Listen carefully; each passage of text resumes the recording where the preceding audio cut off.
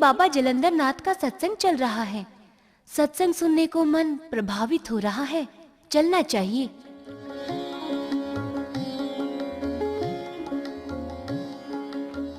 महाराज प्रणाम। आओ माई, आओ आओ, आसन ग्रहण करो माई। महाराज, जब से आपके सत्संग में आई हूँ तब से चित्त बड़ा ही प्रसन्न रहता है, क्योंकि सत्संग में आप जो प्रवचन सुनाते हैं उनसे यह बोध हुआ है कि मनुष्य योनि 1,84,000 योनियों में उत्तम योनि है। ठीक कहती हो माई। सांसारिक धार्मिक कार्यों में सत्संग पूजा पाठ से उच्च कोटि का स्थान रखता है। सत्संग से ही अच्छे संस्कार मिलते हैं जो मानव को अतीत अर्थात अगले जन्म में भी सुख समृद्धि प्रदान करते हैं। मुक्ति का सच्चा मार्ग सत्संग ही है माई। मुनि वशिष्ठ जी ने भारत के इतिहास को सार गर्वित कर दिया है। मुनि वशिष्ठ जी से महान सत्संगी अन्य कोई हुआ ही नहीं है। मुनि वशिष्ठ जी से बड़ा अन्य कोई हुआ ही नहीं महाराज। इस प्रश्न ने तो ऋषि विश्वामित्र और मुनि वशिष्ठ के बीच में बहुत बड़ा विवाद खड़ा कर दिया था माई। कैसा विवाद महाराज? कृपया अवगत तो कराइए। जिज्ञासा से मन लालायित हो रहा है। ऋषि विश्वामित्र जी से बड़ा और घोर तपस्वी इस संसार में कोई दूसरा नहीं हुआ माई। फिर मुनि वशिष्ठ जी से इनका विवाद क्यों हुआ महाराज? महाज्ञानी होने के कारण मुनि वशिष्ठ जी को ब्रह्म ऋषि कहकर संबोधित किया जाता था, किंतु ऋषि विश्वामित्र को नहीं। ऋषि विश्वामित्र का अपनी तपस्या पर बड़ा ही गर्व था। एक बार महाराज इंद्र ने एक सभा का आयोजन कराया जिसमें देवताओं व चमन ऋषि और विश्वामित्र अथवा मुनि वशिष्ठ जैसे सत्संगियों को भी आमंत्रित किया गया था। महाराज इंद्र की सभा में मुनि वशिष्ठ को सभापति का आदरणीय उच्च स्थान दिया गया। जैसे ही ऋषि विश्वामित्र सभा में आए वैसे ही शीघ्र मुनि वशिष्ठ ने उन्हें राज ऋषि कहकर आदर सहित स्थान ग्रहण करने को कहा। संबोधन का वाक्य सुनते ही ऋषि विश्वामित्र क्रोध में झुंझला उठे और अपना अपमान समझकर आवेश में उनके कुल को नष्ट करने की चेतावनी देकर चले गए। फिर क्या हुआ महाराज? क्षत्रियता और आवेश की विवशता ने ऋषि विश्वामित्र को मजबूर कर दिया।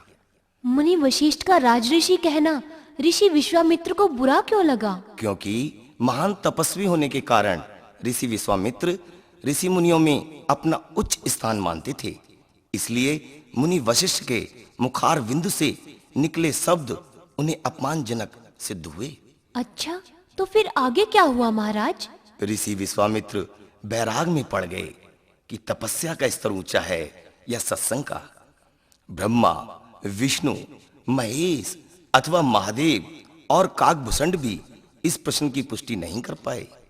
इस झंझट का निदान कैसे हुआ महाराज? अंत में उन्हें शेषनाग के पास पाताल लोक में जाना पड़ा और वहां उनके प्रश्न की पुष्टि हो गई। कैसे नाथ जी? ऋषि विश्वामित्र के प्रश्न करने पर शेषनाग ने कहा कि जितने समय में मैं तुम्हारे प्रश्न का उत्तर दे पाऊं उतने समय तक क्या तुम पृथ्वी का भार ओट लोगे? विश्वामित्र जी ने क्या पृथ्वी का भार ओट लिया?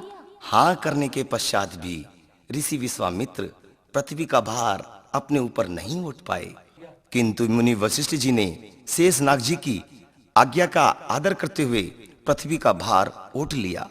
फिर शेषनाग जी ने क्या कहा महाराज? शेषनाग जी ऋषि विश्वामित्र को संतुष्ट कर कि सत्संग की तो महिमा ही महान है, उसी क्षण ऋषि विश्वामित्र को मुनि वशिष्ठ जी के समक्ष नतमस्तक होकर ये स्वीकार करना पड़ा कि वास्तव में सत्संग तपस्या से महान है।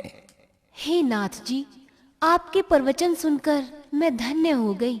अहो भाग्य है मेरे कि मुझे आपका सत्संग मिल रहा है। सत्संग संसार में गूढ़ ज्ञान का दर्पण है माई, और जो मानव ज्ञानी होते हैं उनके जीवन का प्रत्येक क्षण और प्रत्येक मार्ग ब्रह्म ज्ञान के नेत्रों से सुलभ हो जाता है। जीवन दुर्लभ नहीं हो पाता है माई। धन्य हो महाराज, धन्य हो।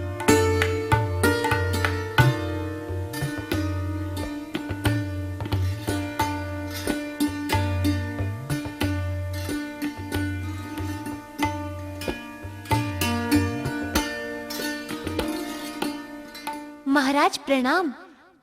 प्रणाम महारानी। महाराज एक बात कहूं? अवश्य कहो महारानी। बुरा तो नहीं मानोगे?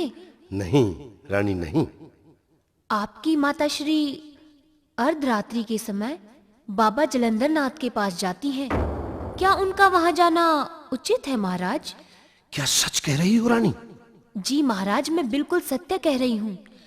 माता श्री को वहां जाते तुमने अपनी आंखों से देखा है? हाँ महाराज, मैंने अपनी आंखों से देखा है।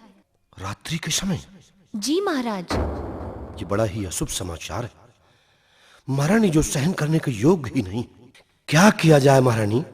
इसका निराकरण करना भी अनिवार्य है, इसलिए कोई ना कोई मार्ग शीघ्र ढूंढना चाहिए। आप प्रजा के राजा हैं, आप तो स्वयं ही योग्य है महाराज। माता तो परम श्रद्धेय और परम आदरणीय है, परंतु उस बाबा जलंधर नाथ को क्षमा नहीं किया जाएगा। परंतु ऐसा क्या उपाय करोगे महाराज? उसे ऐसी यातनाएं दूंगा जो सहन ही नहीं कर पाए। परंतु स्वामी, क्या साधु को यातना देना उचित होगा? इस विषय में मुझे उचित और अनुचित नहीं देखना है महारानी। आपकी स्वेच्छा में कोई बाधक नहीं हो सकता है महाराज। यदि कोई मार्ग का कंटक बनेगा भी तो उसे भी रास्ते से उखाड़ फेंकूंगा। मंत्री, क्या आदेश है महाराज? एक झेरा खुदवाया जाए। जो आज्ञा महाराज। प्रणाम महाराज। खुद गया झेरा? जी महाराज। यदि झेरा खुद गया तो पाखंडी बाबा जलंधर नाथ को लाकर इस झेरे में डाल दो। किंतु महाराज, बाबा जलंधर तो महायोगी और महातपस्वी साधु हैं, उनके साथ ऐसा करना अनर्थ नहीं होगा क्या? राजा से प्रश्न करने का मंत्री को कोई अधिकार नहीं होता। हमारे आदेश का पालन करिए। जो आज्ञा महाराज।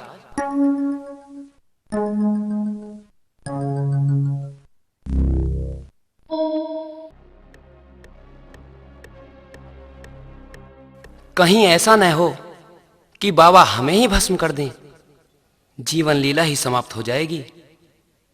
परंतु राजा के आदेश का पालन करना अति आवश्यक है, क्योंकि राजा के आदेश का पालन नहीं किया तो राजा सूली पर चढ़वा देगा। यदि पालन किया तो भस्म होना पड़ सकता है। हे भगवान, मुझ अभागे पर दया करो। सांप मरे न लाठी टूटे। राजा के आदेश का पालन भी हो जाए और प्राण भी बच जाए।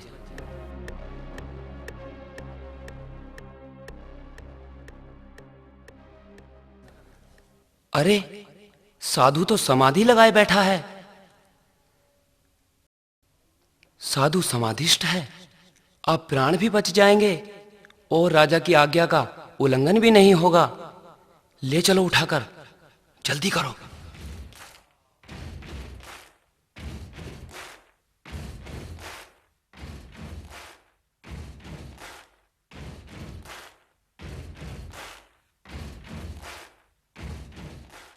ले आए? जी महाराज। इस पाखंडी जलंधर नाथ को झेरे में डलवा दो और झेरे में डलवा कर ऊपर से घोड़ों की लीद डलवा दो। जो आगे महाराज। अपराधी को उसके कर्म की सजा अवश्य मिलनी चाहिए।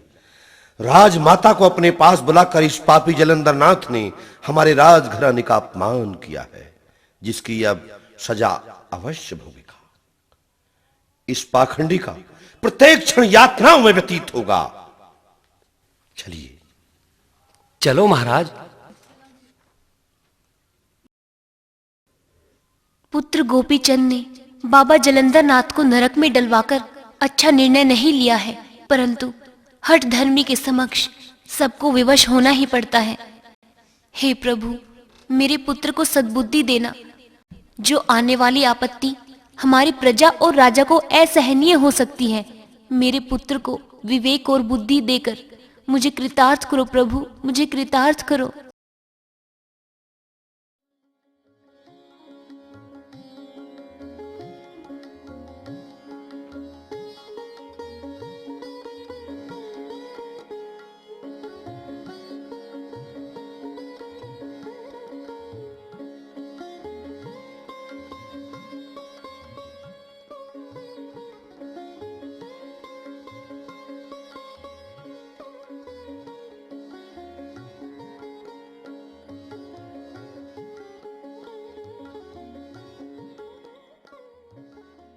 आलोक निरंजन।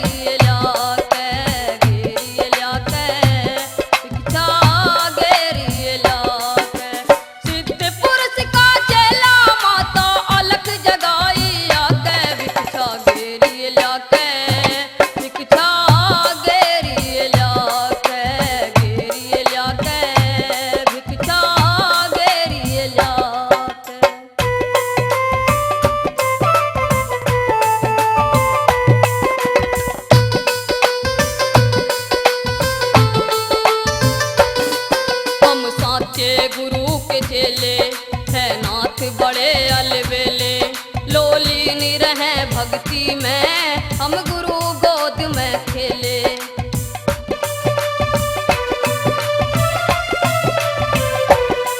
है नाथ मात मत वाले तपसी मृग छाला डाले, ना रहते कदी अकेले भर जुड़ते रहे झमेले। सच्चे गुरु के चेले आगे कांधे झोली ठाके भिक्षा घेरी लाके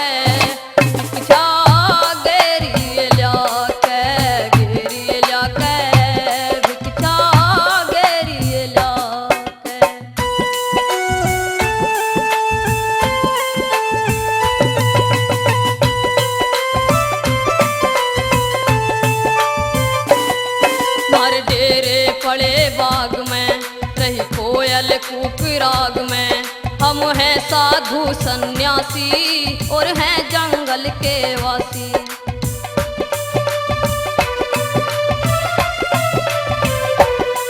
कुल धूना रम्या गुरु का जैसे मैया भक्त धुरु का। हम जग के अंतर ध्यानी कर भक्तों की मनमानी। महाज्ञानी हो के गोरख शिव जी ते शक्ति पाके भिक्षा घेरी लाके भिक्षा घेरी लाके घेरी लाके भिक्षा घेरी लाके।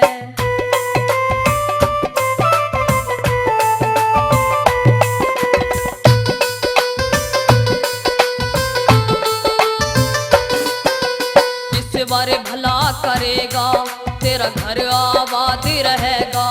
महारानी बाछल माई तेरा होगी कला सवाई।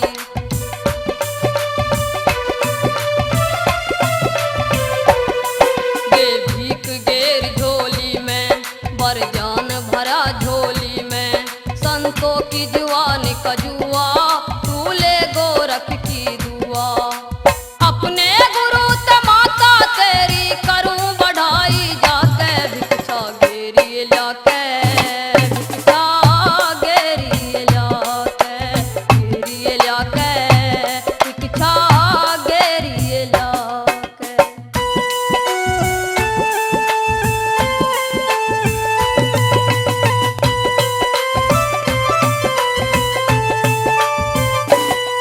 खुशहाल रहोगी माता भरा बचल न खाली जाता। पड़ा पैर संत का दर पे विश्वास राख ईश्वर पे।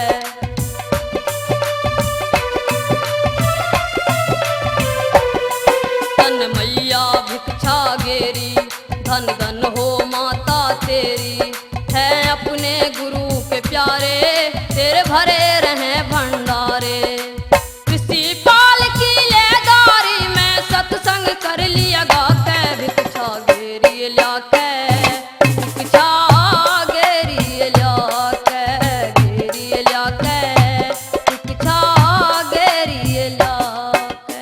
सिद्ध पुरुष का चेला माता अलख जगाई आके भिक्षा घेरी लाके भिक्षा घेरी लाके घेरी लाके भिक्षा घेरी लाके घेरी लाके भिक्षा घेरी लाके। बहुत देर लगा दी माई, क्या साधु की ध्वनि सुनाई नहीं पड़ी? मैं तो स्वयं ही संतों की सेविका हूँ महाराज। इस पराधीनता जैसे जीवन में मेरे लिए कुछ विवशताएं बढ़ गई हैं। स्पष्ट करके विस्तार से बताइए माई, कैसी पराधीनता और विवशता है? गोपीचंद मेरा पुत्र है और इस नगरी का राजा है। तो फिर क्या बात है माई? उसने अनभिज्ञता में आकर बाबा जलंधर नाथ को कैद कर रखा है। वर्तमान में वे इतनी यातनाओं में हैं कि नरक जैसा जीवन भोग रहे हैं। एक पिरजा पालक होने के उपरांत तुम्हारे पुत्र ने ऐसा क्यों किया माई? क्योंकि रात्रि के समय में मैं उनके सत्संग में जाया करती थी बाबा। सत्संग में जाना तो मानव का एक उत्तम विचार होता है, किंतु बाबा जलंधर नाथ के सत्संग में मेरा जाना मेरे पुत्र को अच्छा नहीं लगा होगा महाराज। ऐसा घोर अन्याय और महा अनर्थ करके तुम्हारे इकलौते पुत्र ने अच्छा नहीं किया माई। भगवा वाना भगवान स्वरूप होता है और किसी साधु का अपमान करना अथवा उसे यातना देना किसी भी मानव मात्र के लिए दुर्लभ होता है। तुम अपने पुत्र को समझाओ माई, वरना पाप और अधर्म की आंधी के भयंकर झोंकों से ये राजमहल छूट जाएगा और प्रजा त्राही त्राही करने लगेगी। अनहोनी को निमंत्रण दे दिया है, प्रलय होने से रुक नहीं सकती माई। समझाओ अपने पुत्र को, समझाओ माई। ये बड़ा ही कठोर और विषम विषय है महाराज। यदि मेरा निवेदन स्वीकार हो जाए तो आप ही गोपीचंद को समझाने का प्रयत्न करें, तो ये संतों की सेविका आपकी ऋणी हो जाएगी महाराज। गोपीचंद के मार्गदर्शक बनकर उसे सही मार्ग दिखाना भी बहुत बड़ा परमार्थ होगा महाराज। अब तो मैं अपने गुरु के पास जा रहा हूँ, फिर आऊंगा माई। प्रणाम महाराज। सौभाग्यवती भव।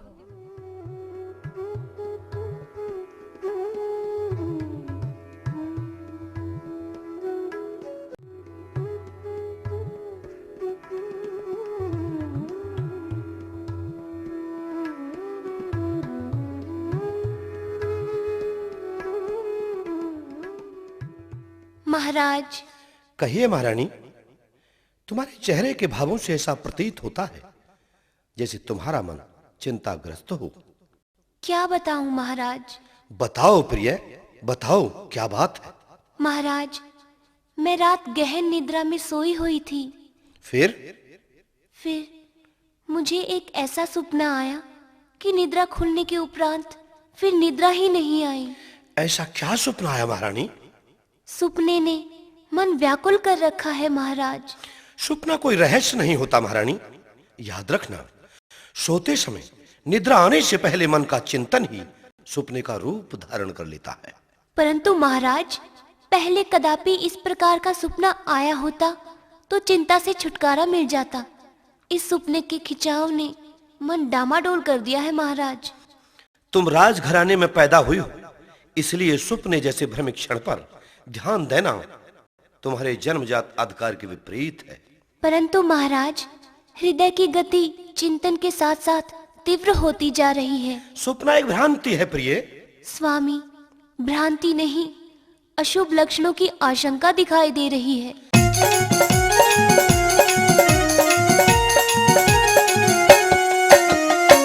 सपने सच्चे ना होते मत शंका करिए गोरी।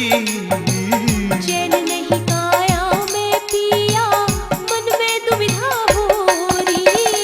चैन नहीं काया में पिया, मन में दुविधा भोरी।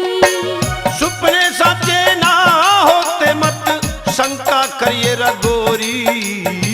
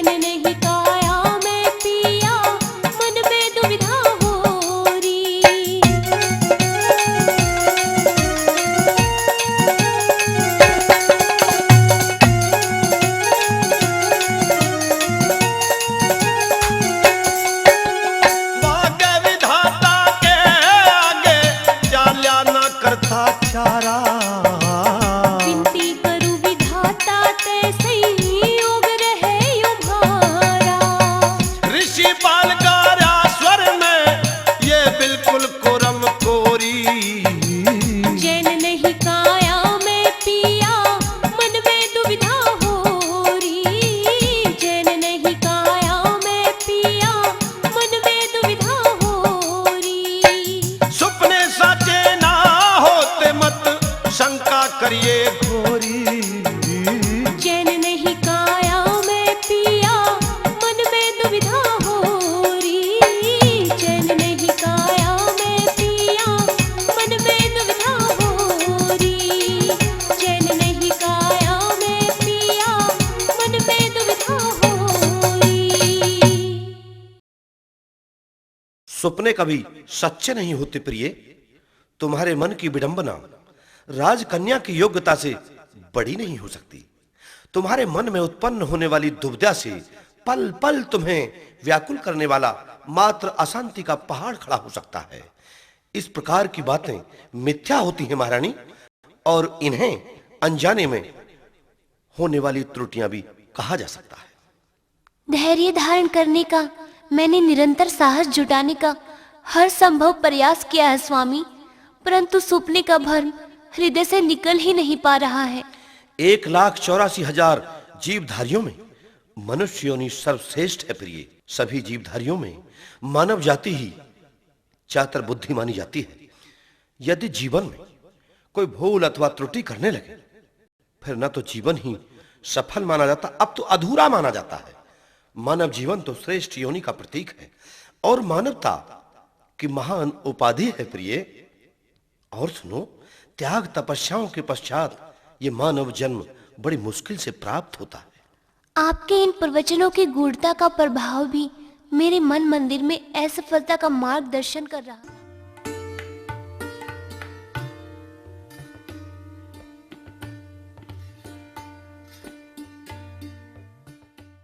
परम प्रिय शिष्य गोरख, 12 वर्ष की तपस्या तुम्हारी भली भांति पर पूर्ण हो गई। जी गुरुदेव। कोई विशेष आपत्ति तो नहीं आई?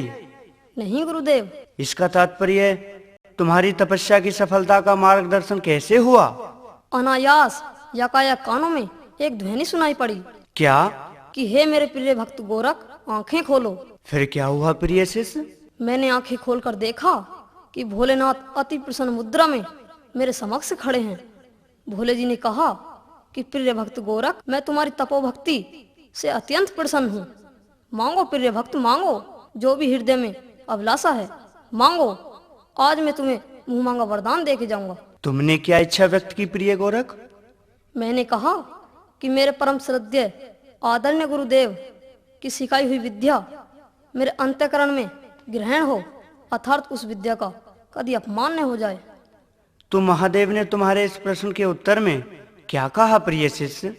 उन्होंने कहा कि तुम्हारे आदरणीय गुरु की सिखाई हुई विद्या तो तुम्हारे हृदय के अंतःकरण में ग्रहण होगी ही, और न ही कदापि गुरु विद्या का अपमान होगा, अथवा इधर उधर से सीखी हुई विद्या भी सदैव तुम्हारे जीवन में सफलता का मार्ग दिखलाएगी।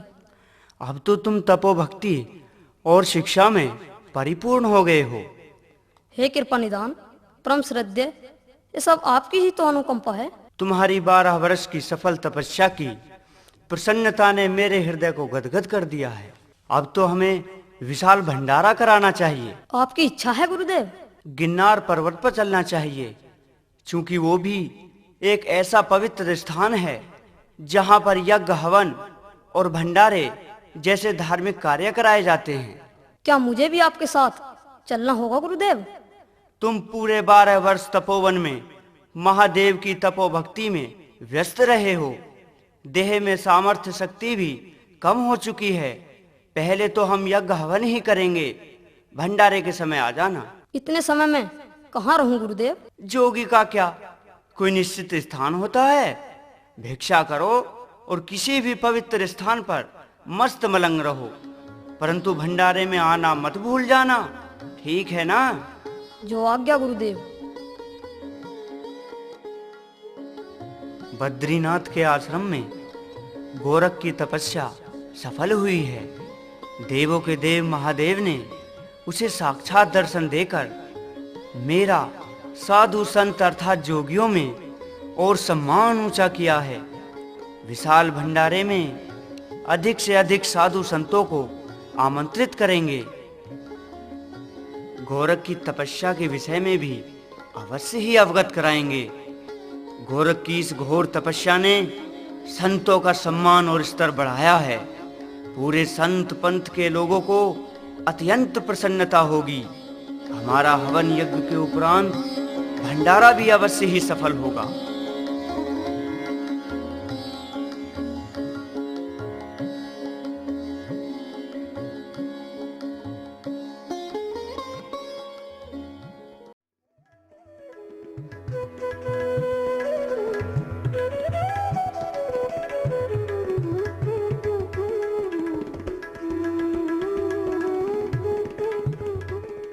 गिन्नार पर्वत के दर्शन तो हो गए।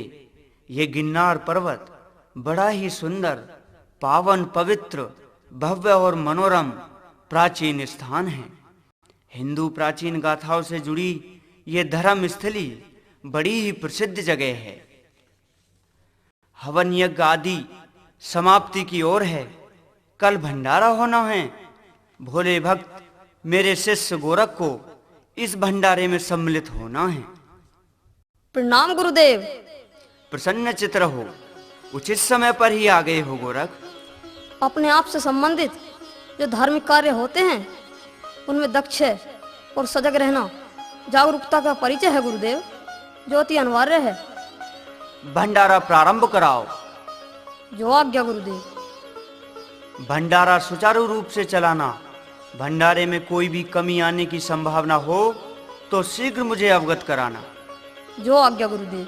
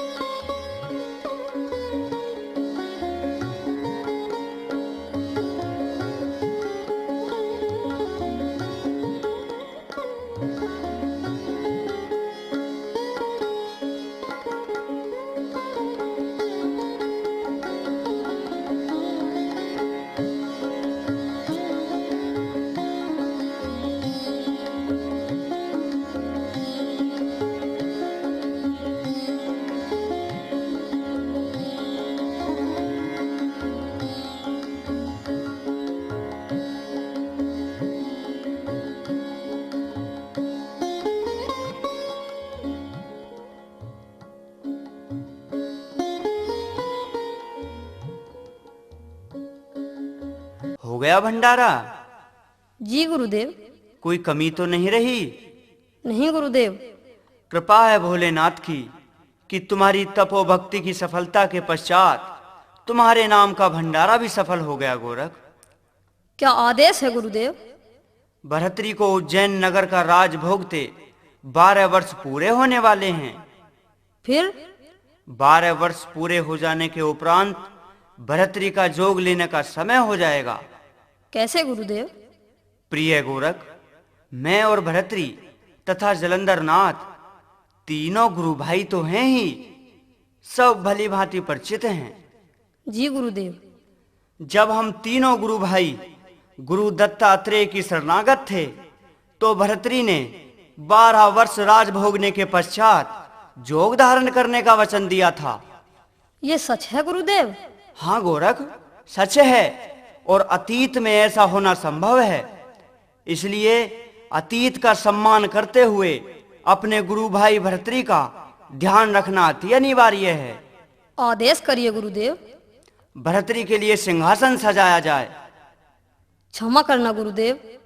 क्या भोगों में लिप्त राजा जिसने सांसारिक स्वादों में जीवन बिताया हो राजभोगी योगी बन सकता है गुरुदेव? संतों की वाणी मिथ्या नहीं हो सकती, सदैव सत्य ही होती है गोरख। विश्वास करो प्रिय शिष्य, विश्वास करो।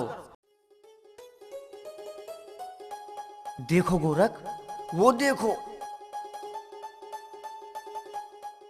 वो भरतरी आ लिए। आप जो कह रहे थे गुरुदेव, सादृश्य वही हो गया। मैंने कहा नहीं था कि संतों की वाणी कभी मिथ्या नहीं हो सकती। प्रणाम है नाथ जी। प्रणाम भरतरी जी, विराजिए। ये सिंहासन किसके लिए सजा रखा है?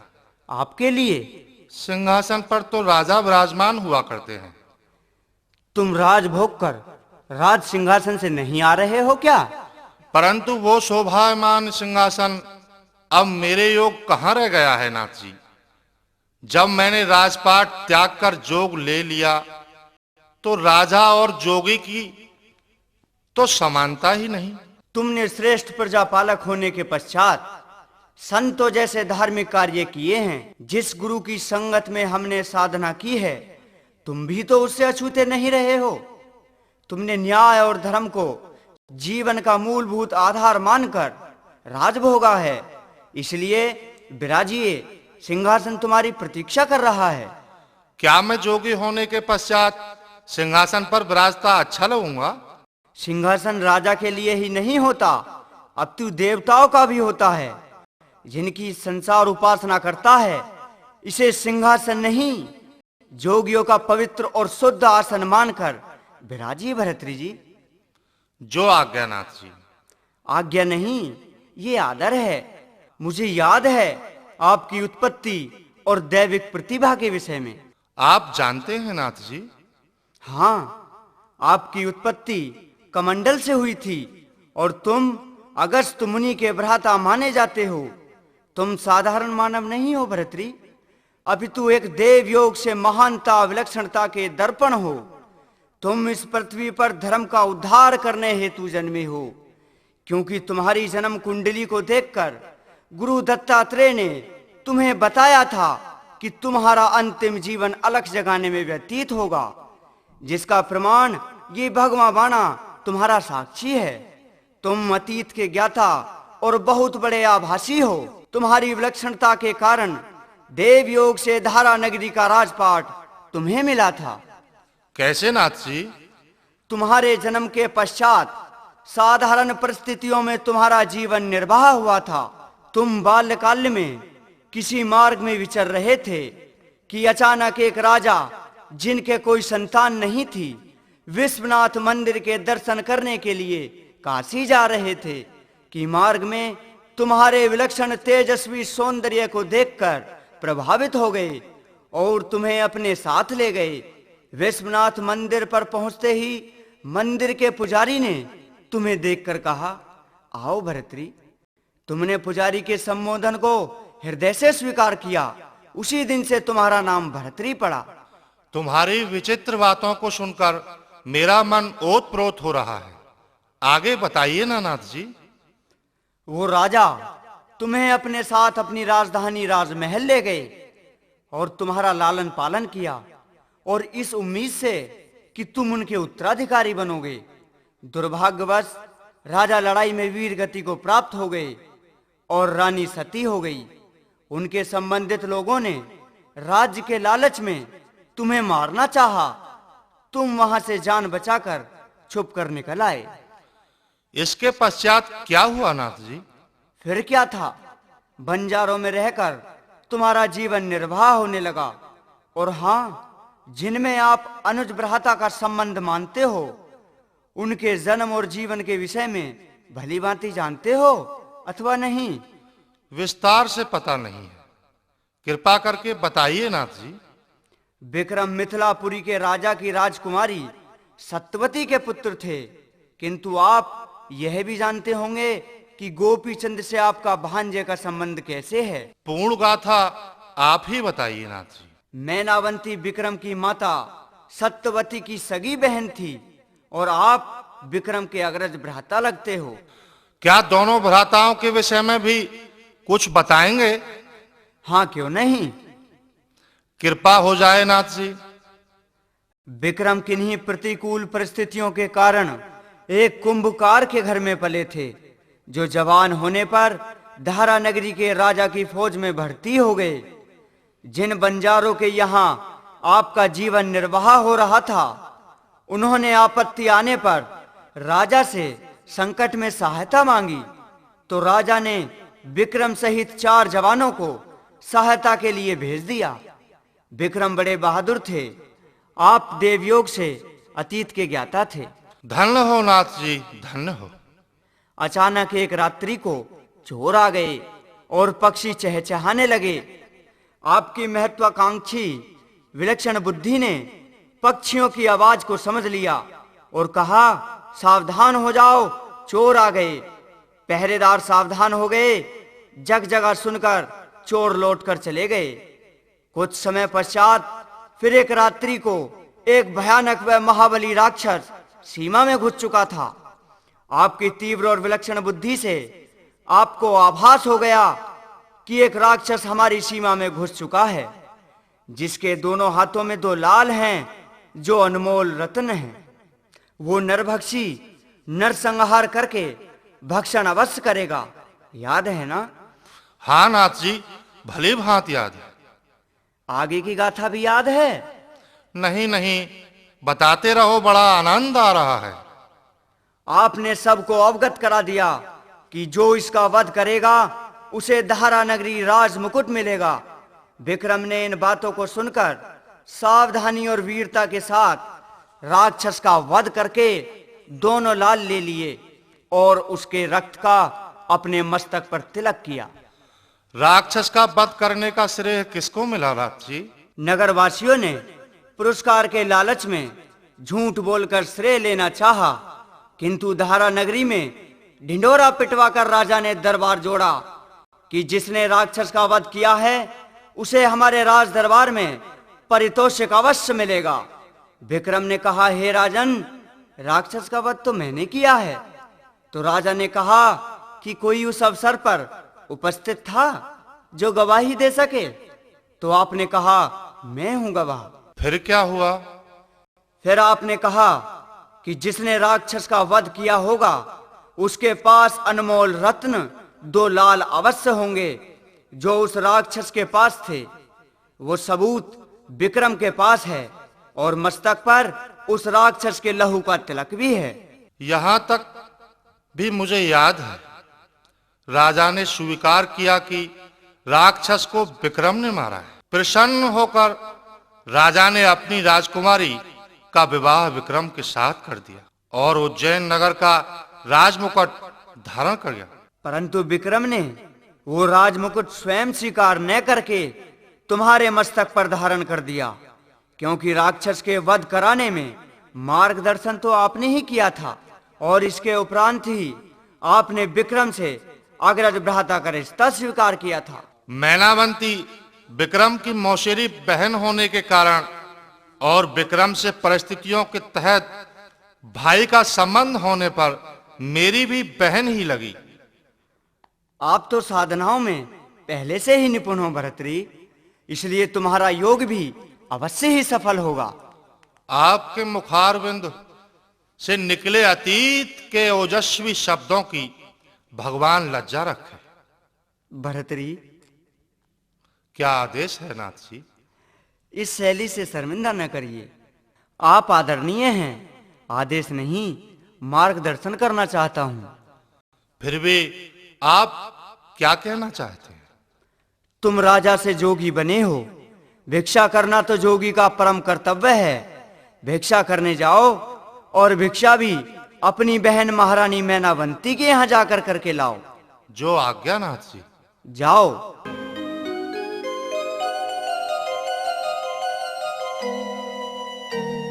अलख निरंजन।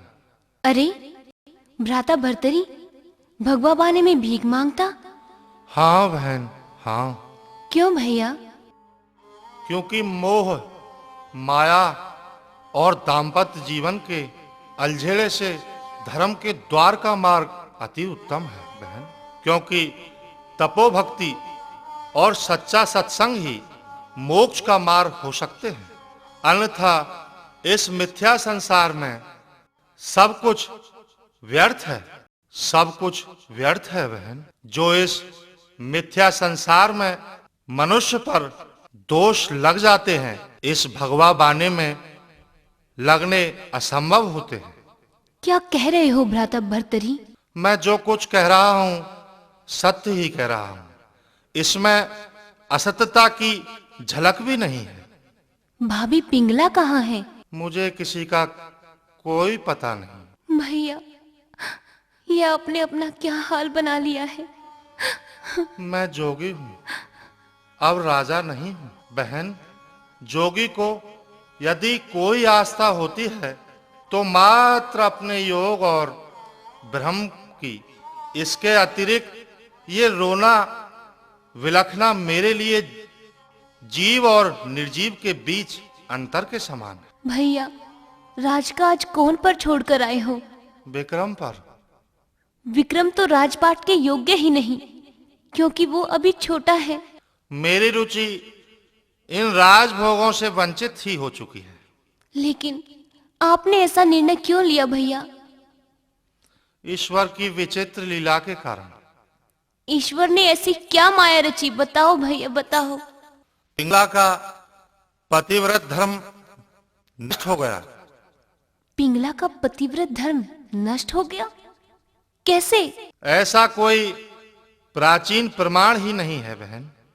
मुझे संतुष्ट तो करो भैया। कहते में भी शर्म आती है बहन। ऐसी क्या अनहोनी हो गई भैया, बताइए। राजमहल के सेनापति के साथ बदनाम हो गई। सेनापति के साथ बदनाम हो गई?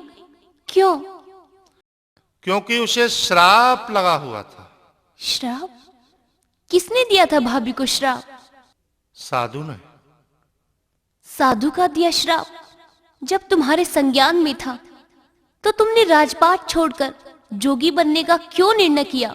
निर्णय लेने के पश्चात ही साधु के दिए श्राप का मुझे पता चला था। दुष्ट साधु ने ऐसा घिनौना श्राप देकर घोर अनर्थ किया था। गलती साधु की नहीं थी।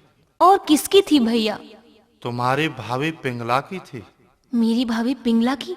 स्नान करने के पश्चात पिंगला पतिव्रत ध्यान में बैठी थी कि राजमहल के द्वार पर अचानक उस भिक्षुक ने आ अलग जगाया, जिसके कारण पिंगला का पतिव्रत ध्यान भंग हो गया। आवेश में पिंगला ने साधु को अपमानजनक भाषा में ये कहा कि साधु, यहां से चले जाओ।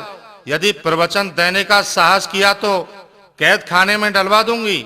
अपमानित साधु ने शीघ्र उसी क्षण कहकर कि साधु का अपमान करने वाली रानी, आज के पश्चात तुम्हारा पतिव्रत धर्म ही नष्ट हो जाएगा, श्राप दे दी। तुम्हारी बातों को सुनकर मेरे हृदय को बहुत ही आघात पहुंचा है भैया। ये क्या हो गया? होनी को कौन टाल सकता है? होनी होनहार होती है और विधाता जो भाग में लिखता है वो अवश्य होता है बहन, अवश्य होता है। ये सब प्रारब्ध का खेल होता है। प्रारब्ध का खेल कैसे भैया? पूर्व जन्मों के कर्म भी जिन्हें मनुष्य भोग नहीं पाता, भोगने से शेष रह जाते हैं, उन कर्मों का भोग भी अगले जन्मों में भोगना पड़ता है।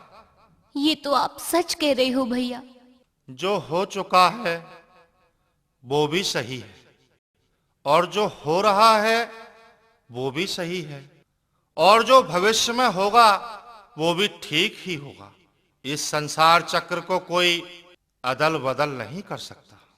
हाँ भैया, ये आप ठीक कह रहे हैं। ईश्वर के अतिरिक्त उसकी विचित्र व अलौकिक माया को बदल भी कौन सकता है भैया? मैंने यदि जोग लिया है तो ये भी उस ईश्वर की ही माया है, परंतु मेरा जोग लेना मेरे इस जीवन की बहुत बड़ी उपलब्धि है। कैसे भैया? तब योग भक्ति और सच्चे सत्संग से मनुष्य जीवन सफल होता है। ऐसे धार्मिक विचारों और पवित्र मन से व्यक्ति को मोक्ष के पट खुले रहते हैं। बहन, इस उपलब्धि के व्यक्ति का नाम संसार में अमर होता है। कैसे आश्चर्य जैसी बातें कर रहे हो भैया। ये सच्चाई है, क्योंकि योग साधना भक्ति से प्राणी की अंतरात्मा के मन की शांति और शुद्धि आती है। ये तो वास्तविकता है भैया।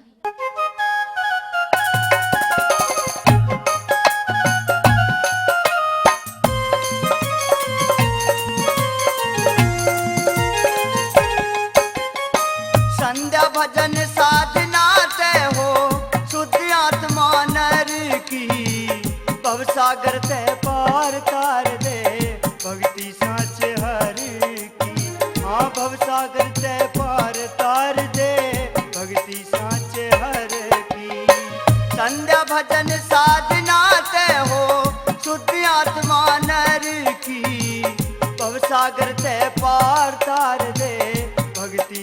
सांचे हर की। हाँ भव सागर तय पार तार दे भक्ति सांचे हर की।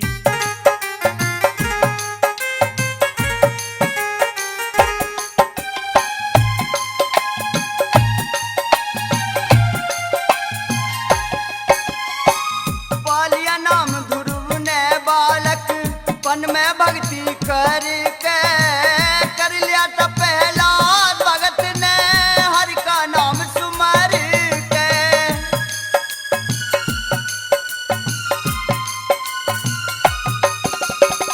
कृष्ण की सेवा ते तिरके नरसी पार उतर के। धन्ना जात तिरा भक्ति में ध्यान हरि का धर के। खाया सागी कृष्ण ने भक्ति होगी सफल विदूर की। भव सागर से पार तार दे भक्ति सांचे हर की। हाँ भव सागर से पार तार दे भक्ति सांचे हर की।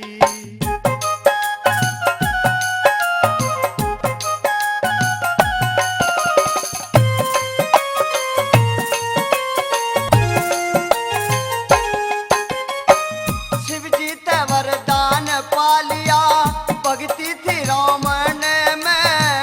वाल्मीकि की भक्ति का सब लेख है रामायण में।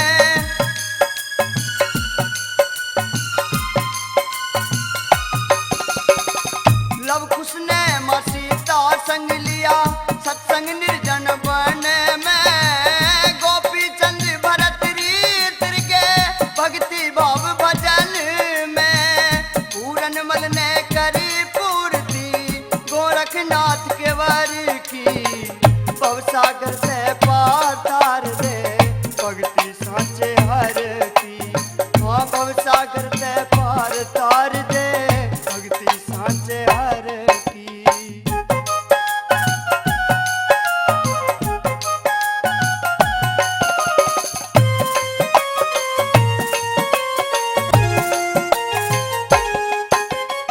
सत की बल्ली थाम हरिश चंद नैया पार लगा गे।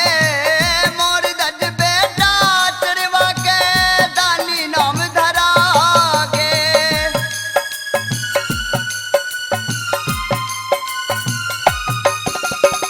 भक्ति में भगवान बसे लिखे लेख वेद में पागे।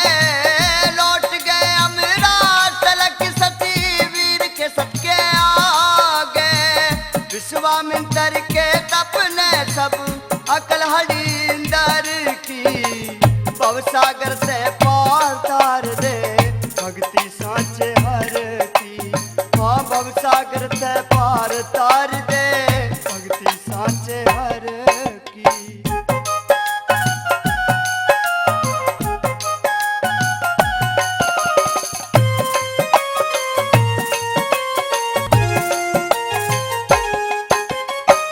सत्संग सबसे बड़ा जगत में गुरु बिन ज्ञान नहीं से। मुनि वशिष्ठ से बड़ा ऐसा कोई और परमाण नहीं से।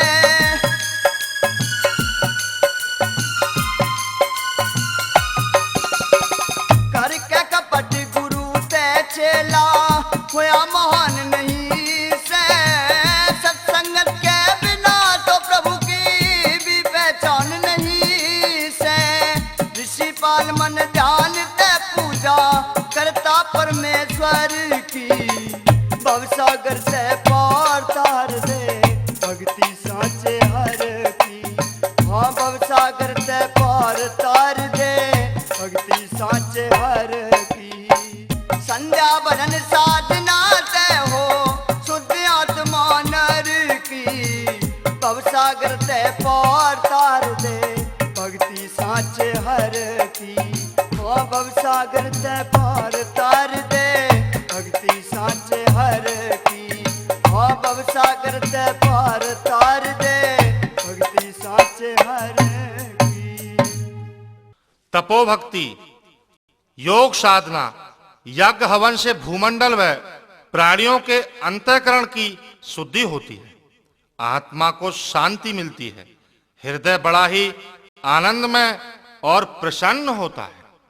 तुम तो अपने मार्ग पर सही हो, परंतु भैया विक्रम और भाभी पिंगला का धीरज कौन बंधाएगा भैया? जिसने जन्म दिया है बहन, वो ही सब कुछ करेगा। खाता को दाता देता है, वो कण कण में व्यापक, वो अजर अमर अंतर्यामी, पत्थर में चींटी को भोजन प्रदान करता है। साधनाओं के साथ उसके नाम की कामना करने वाले का नाम अवश्य ही इस संसार में अमर हो जाता है। भैया, यदि गोपीचंद जोग ले ले तो अमर हो जाएगा ना? जोगी तो अमर हो ही जाते हैं, परंतु तुमने ऐसा प्रश्न क्यों किया बहन? क्योंकि भैया, गोपीचंद के पिता श्री पद्मसेन की कंचन काया थी।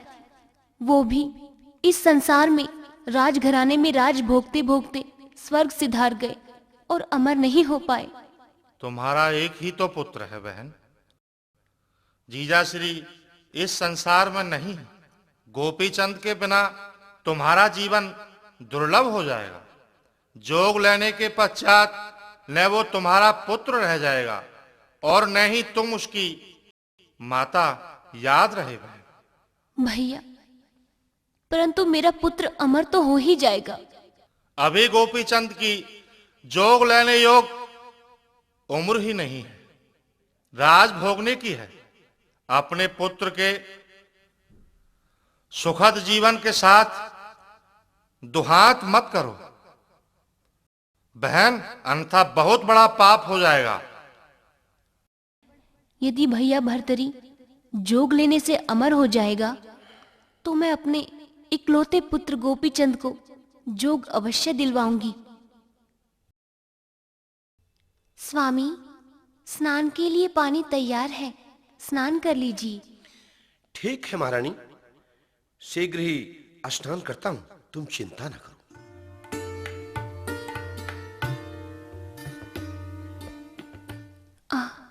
पुत्र की काया देखकर इसके पिताश्री की याद आ गई। पिता के समान पुत्र की भी सुनहरी कंचन काया है। अरे घटा ना बादली, ये बूंद कहां से आई?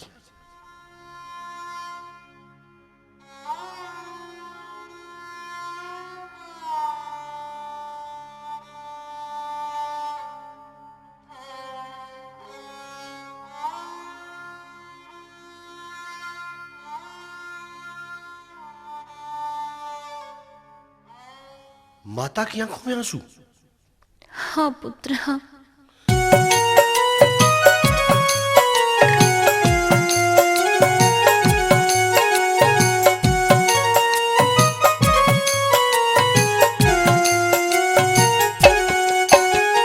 तेरी आँखों में आंसू आ रे क्यों रोवे से माँ मेरी? आँखों में आंसू आ रे क्यों रोवे से माँ मेरी? आई अचानक याद पिया की देख के काया तेरी। आई अचानक याद पिया की देख के काया तेरी। तेरी आँखों में आंसू आ रे क्यों रोवे से माँ मेरी? आँखों में आंसू आ रे क्यों रोवे से माँ मेरी? आई अचानक याद पिया की देख के काया तेरी। आई अचानक याद पिया की देख के काया तेरी।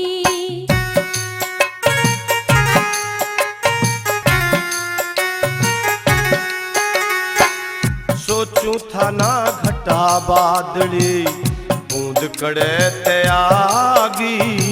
देख के कंचन काया तेरे पिता की याद सतागी। अचरज के सी बात के मन में माता सोचन लागी। विधवा करी विधाता ने ओ चिंता चितने खागी। विधवा करी विधाता ने ओ चिंता चितने खागी। अमर नहीं रह जागी काया, हो जाए एक दिन तेरी। अमर नहीं रह जागी काया, हो जाए एक दिन तेरी। चला जा कदे मन छोड़ तनयो, काल ना डसले बैरी। चला जा कदे मन छोड़ तनयो, काल ना डसले बैरी।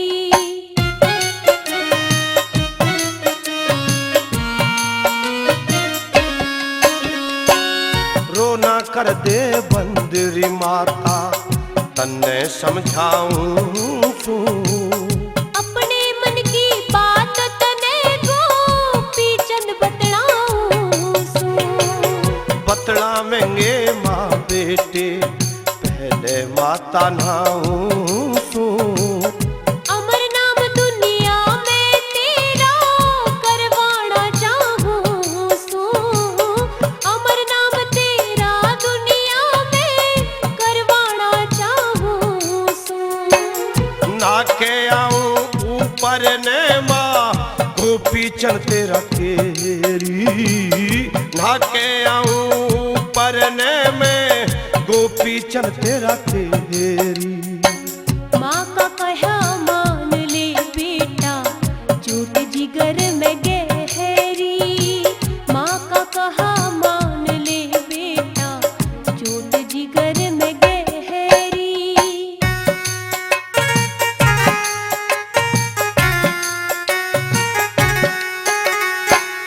बिरथा ही रोबे माता तू, याद पिता की कर के।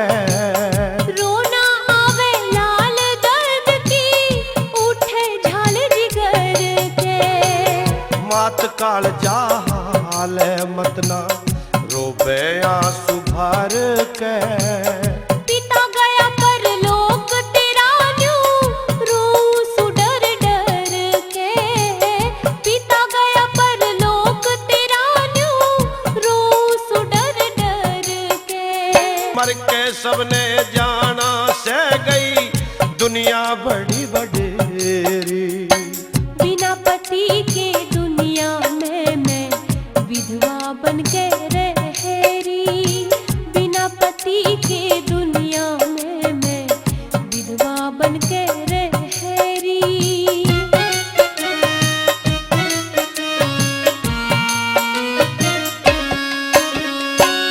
के दुख सैन महला में तू, बता मने महतारी। वीर व्यूहनी बिना पिया के, दुखी रहे घर बारी। के चावे से मात बता, बेटी के आगे सारी। प्यारे पुत्र गोपी चंद तने, जोग दीवाना चारी। प्यारे पुत्र गोपी चंद तने, जोग दीवाना चारी। ऋषि पाल की लेदारी में, मेहर राम ने फेरी। ऋषि पाल की लेदारी में, मेहर राम ने फेरी। जोगी बन जा गोपी चंद इब, मत न्यालावे देरी।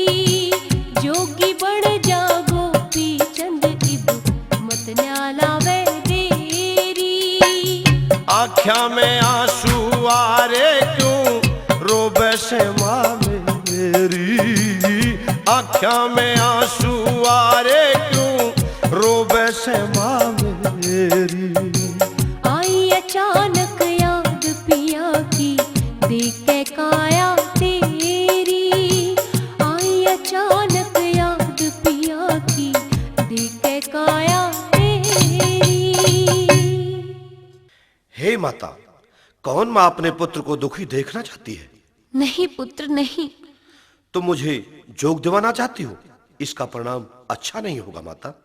जोगी बहते जल की भांति एक स्थान पर भी नहीं ठहर सकते।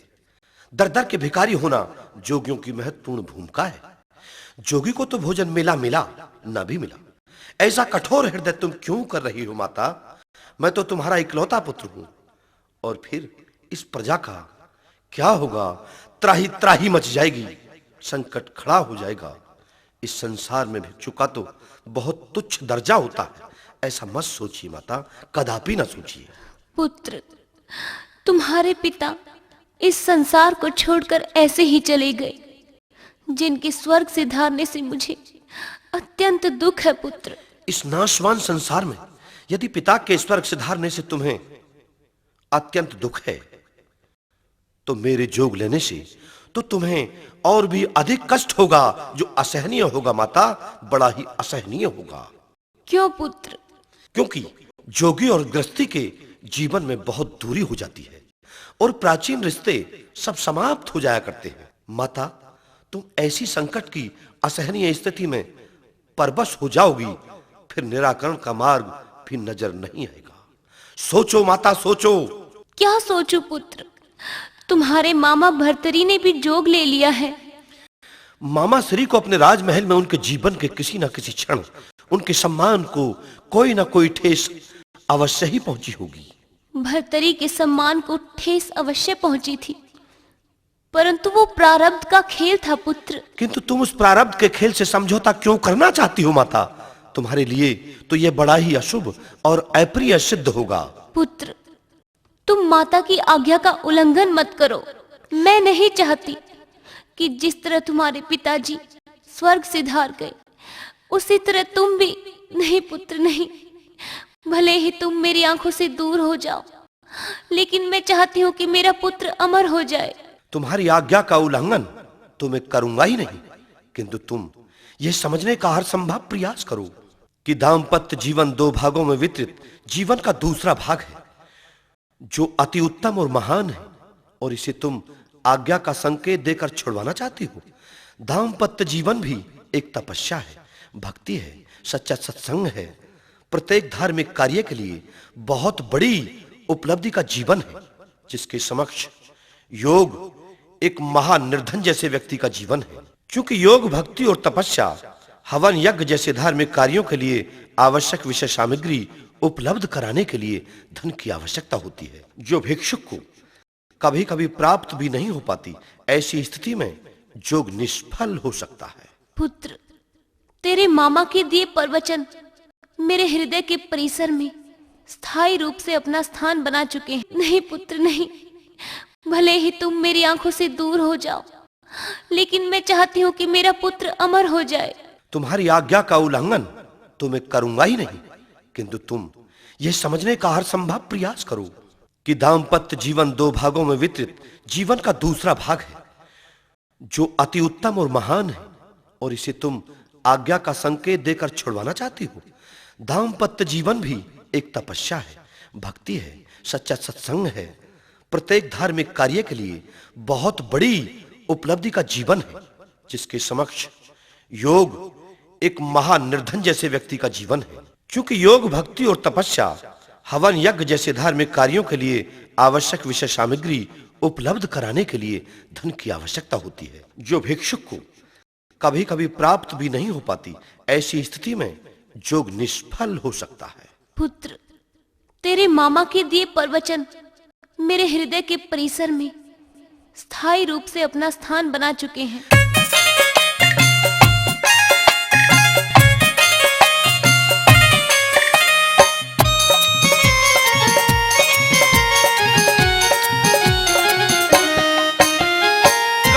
भिखारी बेटे ने क्यों राजपाट छुटवा के अमर कराऊं पुत्र तने में प्यारी जोग दीवा के।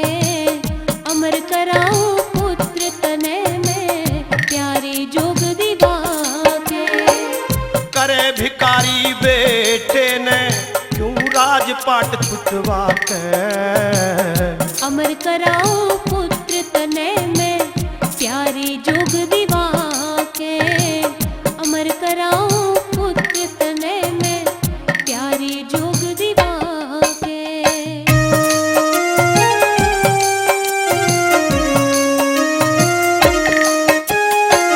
धारण करता जीव देह जो अमर नहीं से काया।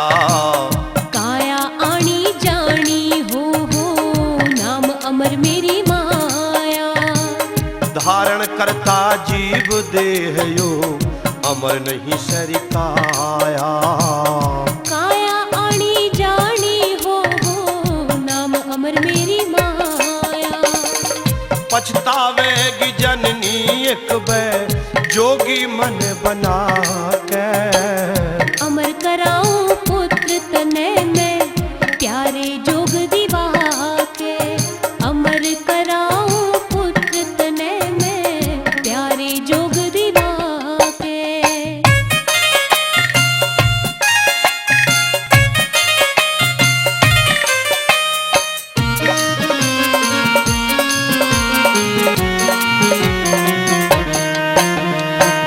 क्यों कर सबर करेंगी 12 कन्या 16 रानी। सिवा नाम के इस दुनिया में है हर चीज वीरानी।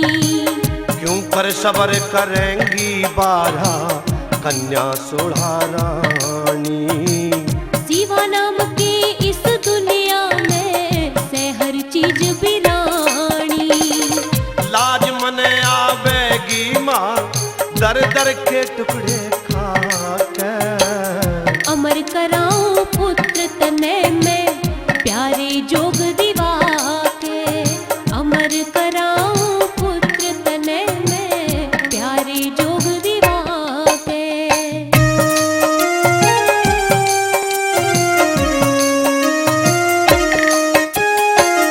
मारंग महिला के मेरे तू सुख आनंद छुटवावे।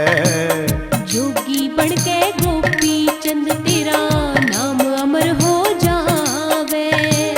मारंग महिला के मेरे तू सुख आनंद छुटवावे। जोगी बन के गोपी चंद तेरा नाम अमर हो जावे। मत मंगवावे भीख मेरे पे घर घर अलग जगा के। अमर कराऊं पुत्र तने में प्यारे जोग दीवा के। अमर कराऊं पुत्र तने में प्यारे जोग दीवा के।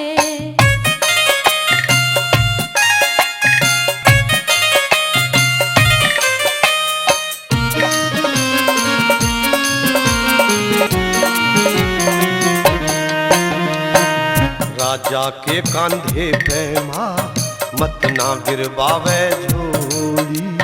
करे तेरा परचार लाडले ऋषिपाल की टोली।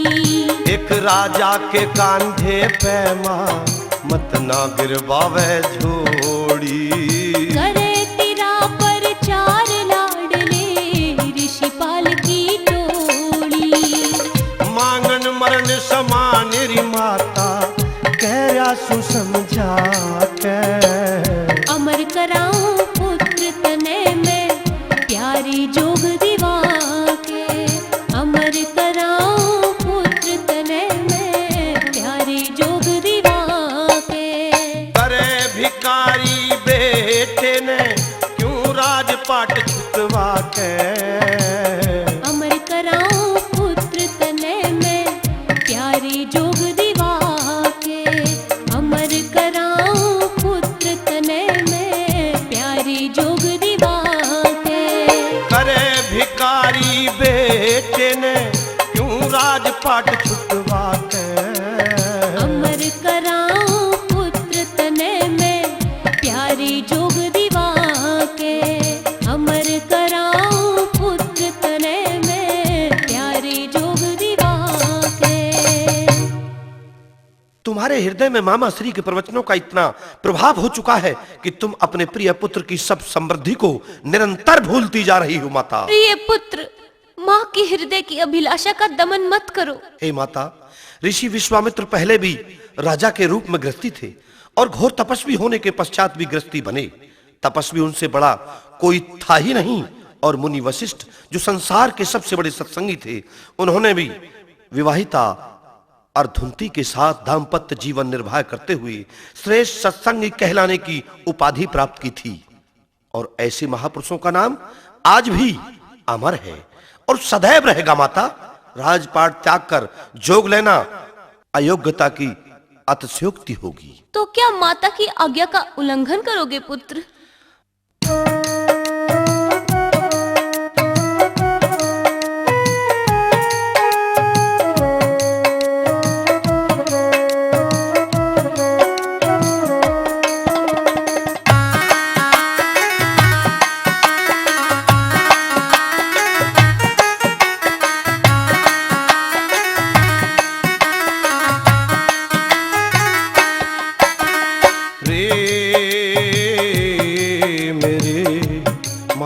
रहन दे रे मेरी मात रहन दे, मत ना जोग दिवावे मेरी मात रहन दे रे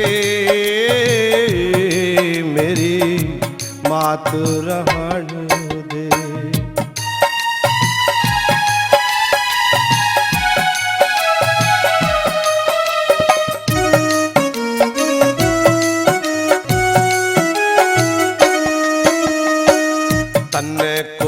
बेरारी माता धोखा होगा मेरी गैल, जोग ले लिया जो मन माता मिट जा मारे अगत की बेल।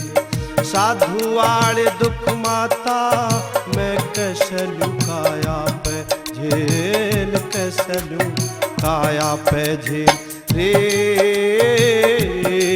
मने खेल खाड़ देना, मांगे टूक खुआवे मेरे मात रहन दे, मत ना जोग दिवावे मेरी मात रहन दे।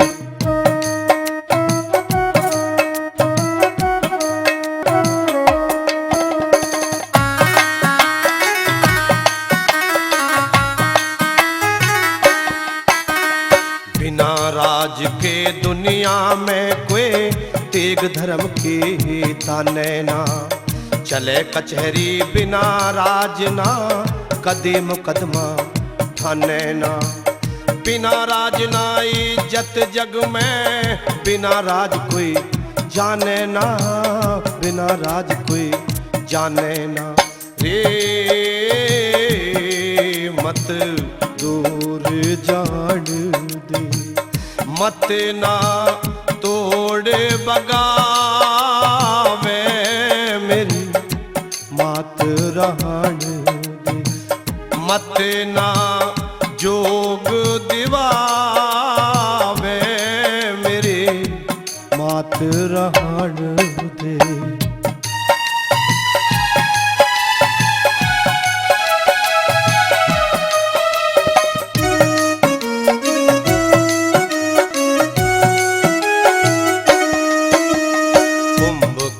हिरणाकुश रावण जरासंध और शिशुपाल, भीम युधिष्ठिर दुर्योधन थे उनने भीमा खा गया काल।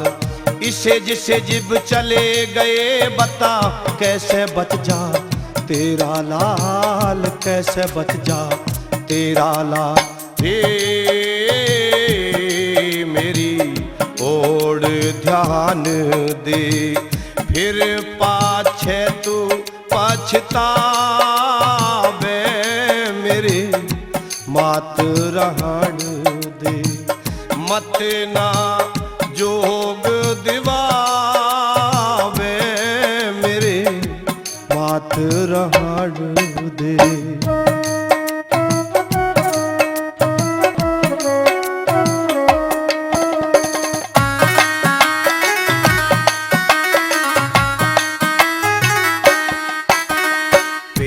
चालती को न्यारी माता छोड़ के तकत हजारा ने, ना करता मन छोड़न ने बंदूक तोप तलवारा ने। किले कोट घर वार कुटुमगढ़ मंदिर महल चुबारा ने, मंदिर महल चुबारा ने रे मेरी न्यू है रहने दे, जगन्नाथ समझावे मेरी मात रहन दे, मत ना जोग दिवावे मेरी मात रहन दे रे, मेरी मात रहन दे रे, मेरी मात रहन दे।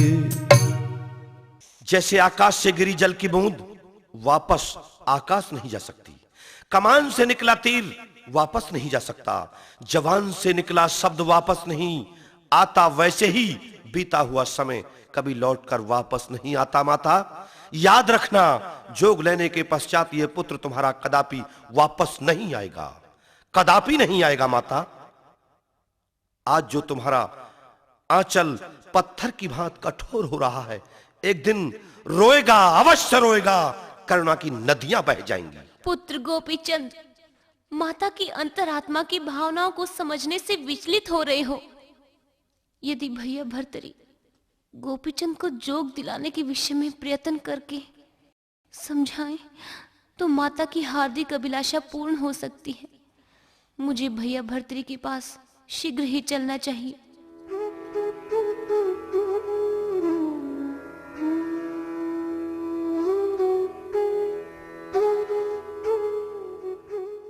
बहन यहाँ आने का कैसे कष्ट किया? संकट में प्रत्येक कोई अपने सगे संबंधियों के पास ही जाया करता है भैया। ऐसा क्या संकट आ गया बहन? पुनः फिर पुनरावृत्ति करते हुए पुत्र गोपीचंद को जोग दिलवाने के विषय में विनती करने आई हूँ। बहन तुम तो इस वैराग में पागल हो चुकी हो। विवेक और बुद्धि से समझौता तोड़कर ऐसा प्रतीत होता है कि तुम्हें इस विषय का ऐसा वैराग हो गया है कि अतीत को भूल ही चुकी हो। भैया भर्तरी, तुम मेरे अंतःकरण की विवश आकांक्षाओं के समक्ष नहीं आना चाह रहे हो। भैया होने के नाते बहन की अंतरात्माओं की अभिलाषाओं पर कुछ तो ध्यान देने का कष्ट करो भर्तरी। तुम अपने पुत्र को जोग दिलवाकर स्वयं पुत्र, अपनी पुत्र वधू व उसकी संतान का दुख सहन कर पाओगी बहन? तुम्हारे जोग लेने के पश्चात भावी पिंगला और भैया विक्रम ने क्या कष्ट सहन नहीं किया होगा। मैंने तो अपने संस्कारों का प्रसाद स्वीकार किया है। मेरे जोगी बनने में और गोपीचंद को जोग दिलवाने में बड़ा अंतर है।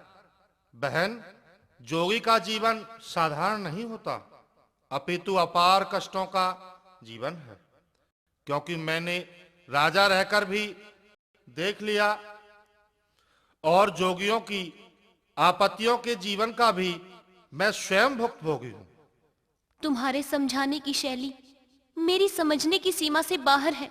भर्तरी, मेरी विनती स्वीकार करो भैया। मेरा तुम्हारा भाई बहन का संबंध अब समाप्त हो चुका है।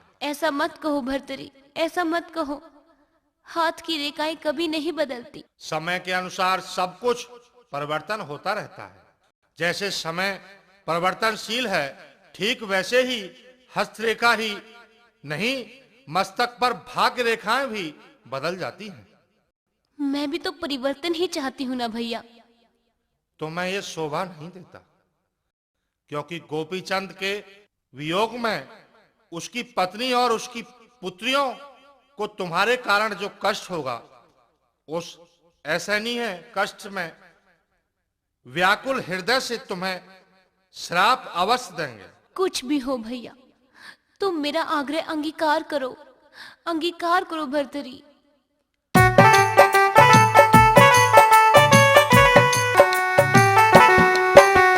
मुश्किल ते दुख देखा जासे बेटे और भाई का, मैं भरतरी समझावे मुँह करके माजाई का।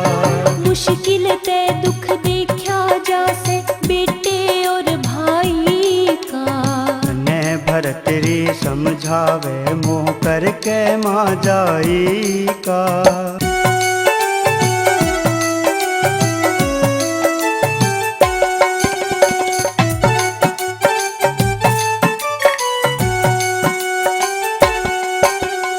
बेटा हो या बेटी हो औलाद एक सी हो से, मात पिता के आगे ना तुम बांध एक सी हो से, बहन भाई में फर्क नहीं मर्यादा एक सी हो से, दोनों जगह धरा पूंजी बर्बाद एक सी हो से, अपनी करके नाटू सूतन पता नहीं राही का, तने भरत रे समझावे मुँह करके माँ जाई का। मुश्किल ते दुख देखा जासे बेटे और भाई का, तने भरत रे समझावे मुँह करके माँ जाई का।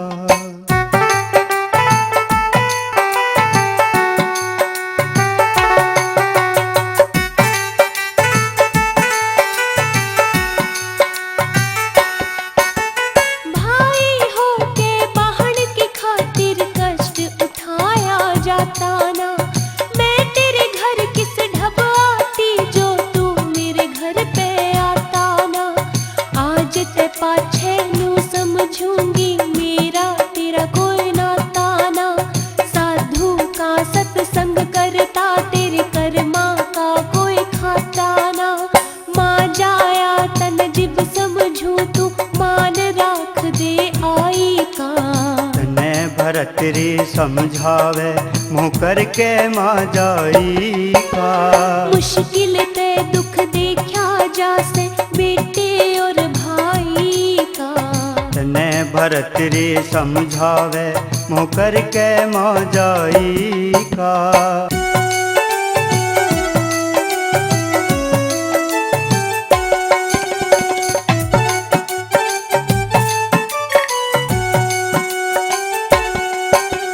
सेवा सतपथ कुकरम राखे उसने विध्यान कौन कह दे, धीरज धर्म कुटुम की सेवा हो अज्ञान कौन कह दे, चोरी जारी करे फिरे ऊंची से शान कौन कह दे, ठीक बात ने ना माने उस बुद्धिमान कौन कह दे, डोर टूट जा नहीं हटावे सोचियो बखत समाई का, तने भरत रे समझावे मुँह करके माँ जाई का। मुश्किल ते दुख देखा जासे बेटे और भाई का, तने भरत रे समझावे मुँह करके माँ जाई का।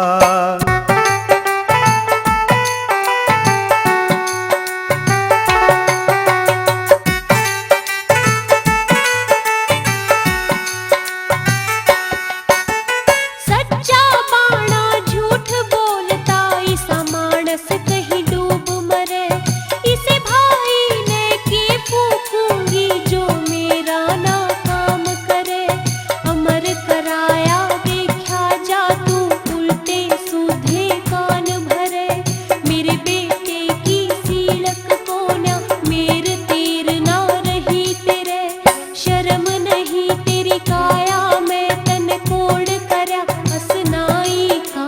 तने भरत रे समझावे मुँह करके माँ जाई का।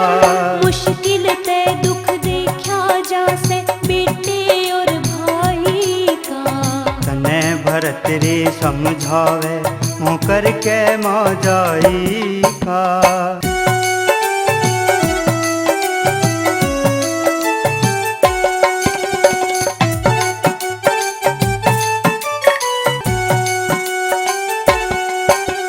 ज्ञानी के संग ज्ञान का सत्संग, मूर्ख ते बेकूफ लड़े, तिरिया की मत बुद्धि पाछे समझाए तना फर्क पड़े, फायदे वाली बात कहूँ तेरे मन में दूना जहर बढ़े, बिना ज्ञान अज्ञान बता तू हांड जागी कड़े कड़े, गोपी चंद बिन रोवेगी हो सदमा बुरा जुदाई का, तने भरत रे समझावे मुँह करके माँ जाई का। मुश्किल ते दुख देखा जासे बेटे और भाई का, भरत रे समझावे मोकर के मजाई का।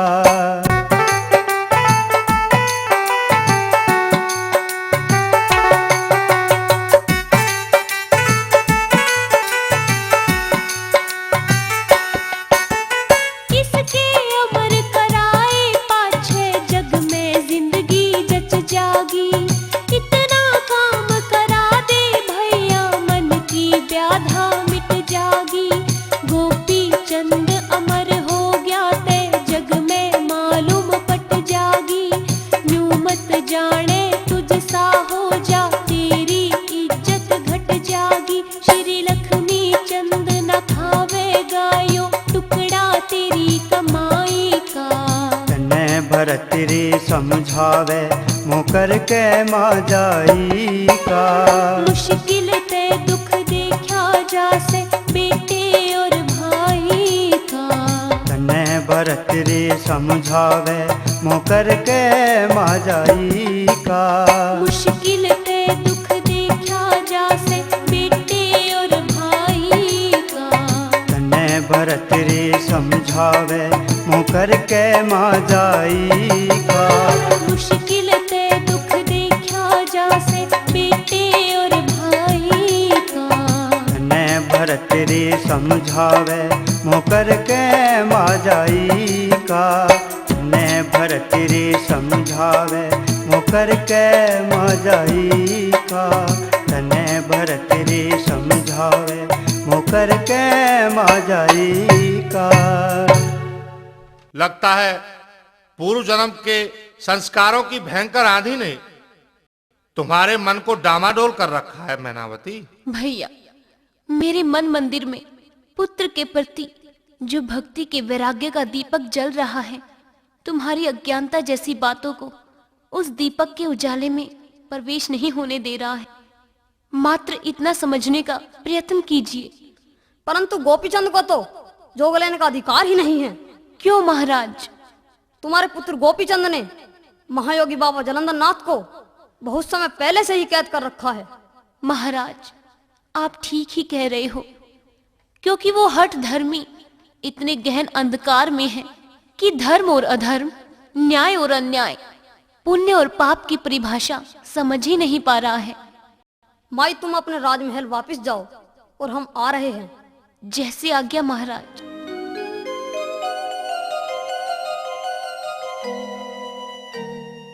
नाथ जी गोपीचंद की कैद में अत्यंत कष्ट में जीवन निर्वाह कर रहे हैं। उनको कैद से छुड़ाना अनिवार्य है गुरुदेव। चलो शिष्य, चलते हैं।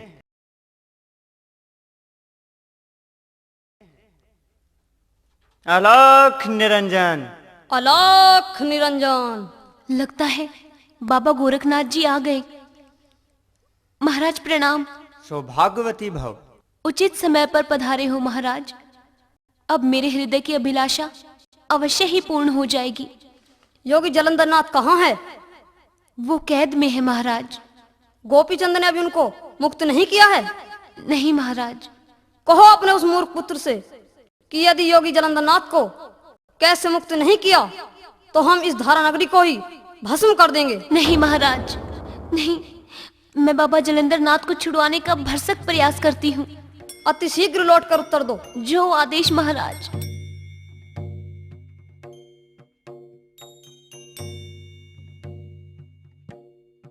पुत्र गोपीचंद। क्या आदेश है माता श्री?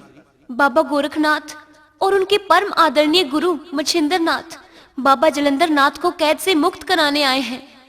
क्यों माता श्री?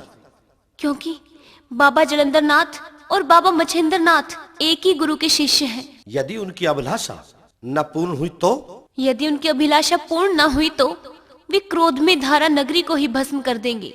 यह असंभव है। ये संभव है पुत्र, संभव। कैसे संभव है माता श्री? क्योंकि वो भक्ति में सर्वश्रेष्ठ, घोर तपस्वी और योग में भी उनसे महान कोई योगी नहीं है। इसलिए पुत्र, मेरा कहा मानो। साधुओं से बैर करना अच्छा नहीं है, क्योंकि साधु कभी कभी विषैले सर्प का रूप धारण कर लेते हैं। तुम क्या चाहती हो माता? कोई भी माता अपने चमन को उज्जड़ नहीं देखना चाहती। स्पष्ट कहिए माता। पुत्र, तुम संतों को नतमस्तक होकर प्रणाम करके उनके सामने अपनी भूल का प्रायश्चित करते हुए उनसे क्षमा याचना करो। जो आज्ञा माता।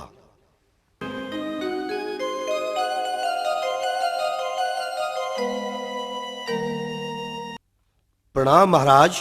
प्रणाम पुत्र, प्रणाम। तुम तो इस नगरी के राजा हो। जी महाराज। राजा की परिभाषा जानते हो? जी महाराज। नहीं पुत्र, तुम परिभाषा से वंचित रहकर ही अनर्थ के मार्ग पर चले गए। राजा प्रजा का दाता होता है, भगवान स्वरूप होता है, जानते हो? जी महाराज। तुम घोर पाप, अन्याय और अधर्म के भागीदार हो चुके हो। क्षमा कीजिए महाराज। पुत्र गोपीचंद, बाबा जलंधर नाथ को कैद से मुक्त कर दो। जो आज्ञा माता। कैद करना तो आसान था योगी जलंधर नाथ को, किंतु मुक्त करना कठिन समस्या है। क्यों महाराज? क्योंकि जलंधर नाथ निम्न कोटि के संत नहीं हैं। उनके क्रोध की अग्नि प्रचंड रूप धारण कर चुकी होगी, जिसका बुझना और बुझाना सरल कार्य नहीं है। परंतु इसका प्रायरूप क्या है महाराज? यदि उनकी क्रोधाग्नि को नहीं बुझाया गया तो अवश्य ही वो इस नगरी को भस्म करने में सक्षम होंगे। ऐसा मत होने दीजिए महाराज। तुम्हारे पुत्र को ऐसा अनर्थ नहीं करना चाहिए था माई।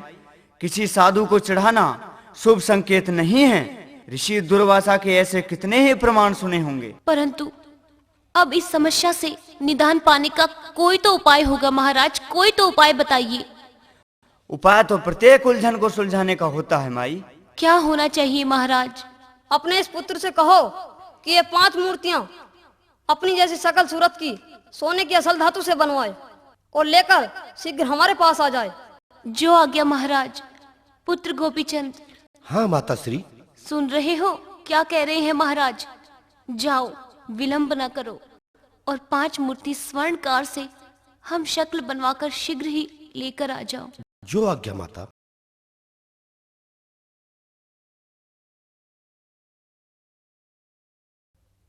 ले आए पुत्र? जी माता श्री। चलो शीघ्र संतों के पास।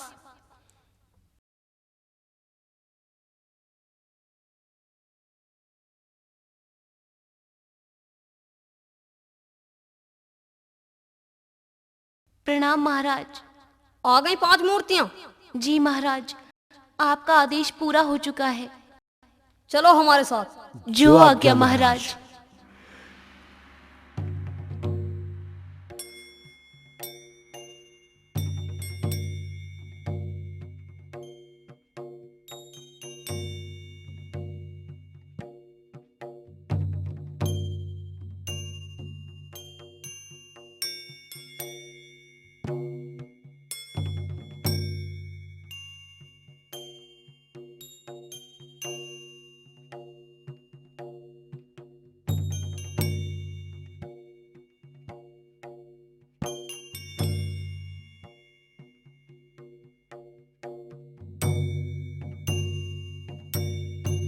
कहाँ है योगी जलंधर नाथ? खोदना प्रारंभ करा दो। जो आज्ञा महाराज। परंतु सुनो। जी महाराज, क्या आदेश है? एक मूर्ति लाकर इधर रखो। रखती महाराज। खुदाई की आहट सुनते ही योगी जलंधर नाथ आवाज देकर प्रश्न करेंगे कि कौन? ये कहकर कि गोपीचंद शीघ्र ही गोरख की पीठ के पीछे आकर खड़े हो जाना। तुम्हारे स्थान पर ये सोने की मूर्ति भस्म हो जाएगी। बारी बारी से 5 मूर्तियां उसी स्थान पर रखनी होंगी और 5 मूर्तियों के भस्म होने के पश्चात योगी जलंधर नाथ की क्रोधाग्नि समाप्त हो जाएगी। फिर योगी जलंधर नाथ के चरणों में पड़कर क्षमा याचना करना, वो तुम्हें अवश्य ही क्षमा कर देंगे।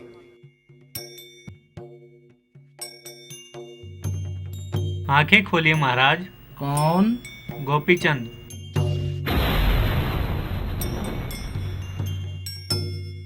आंखें खोलिए महाराज। कौन? गोपीचंद।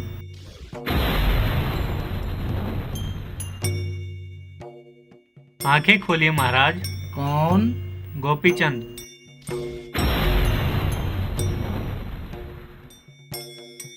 आंखें खोलिए महाराज। कौन? गोपीचंद।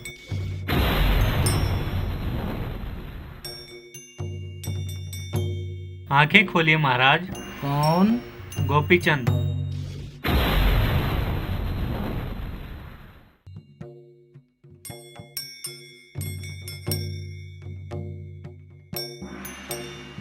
प्रणाम महाराज। तुम यहाँ कैसे? इस परमार्थ के शुभ अवसर पर शुभ कार्य में सम्मिलित होने के लिए।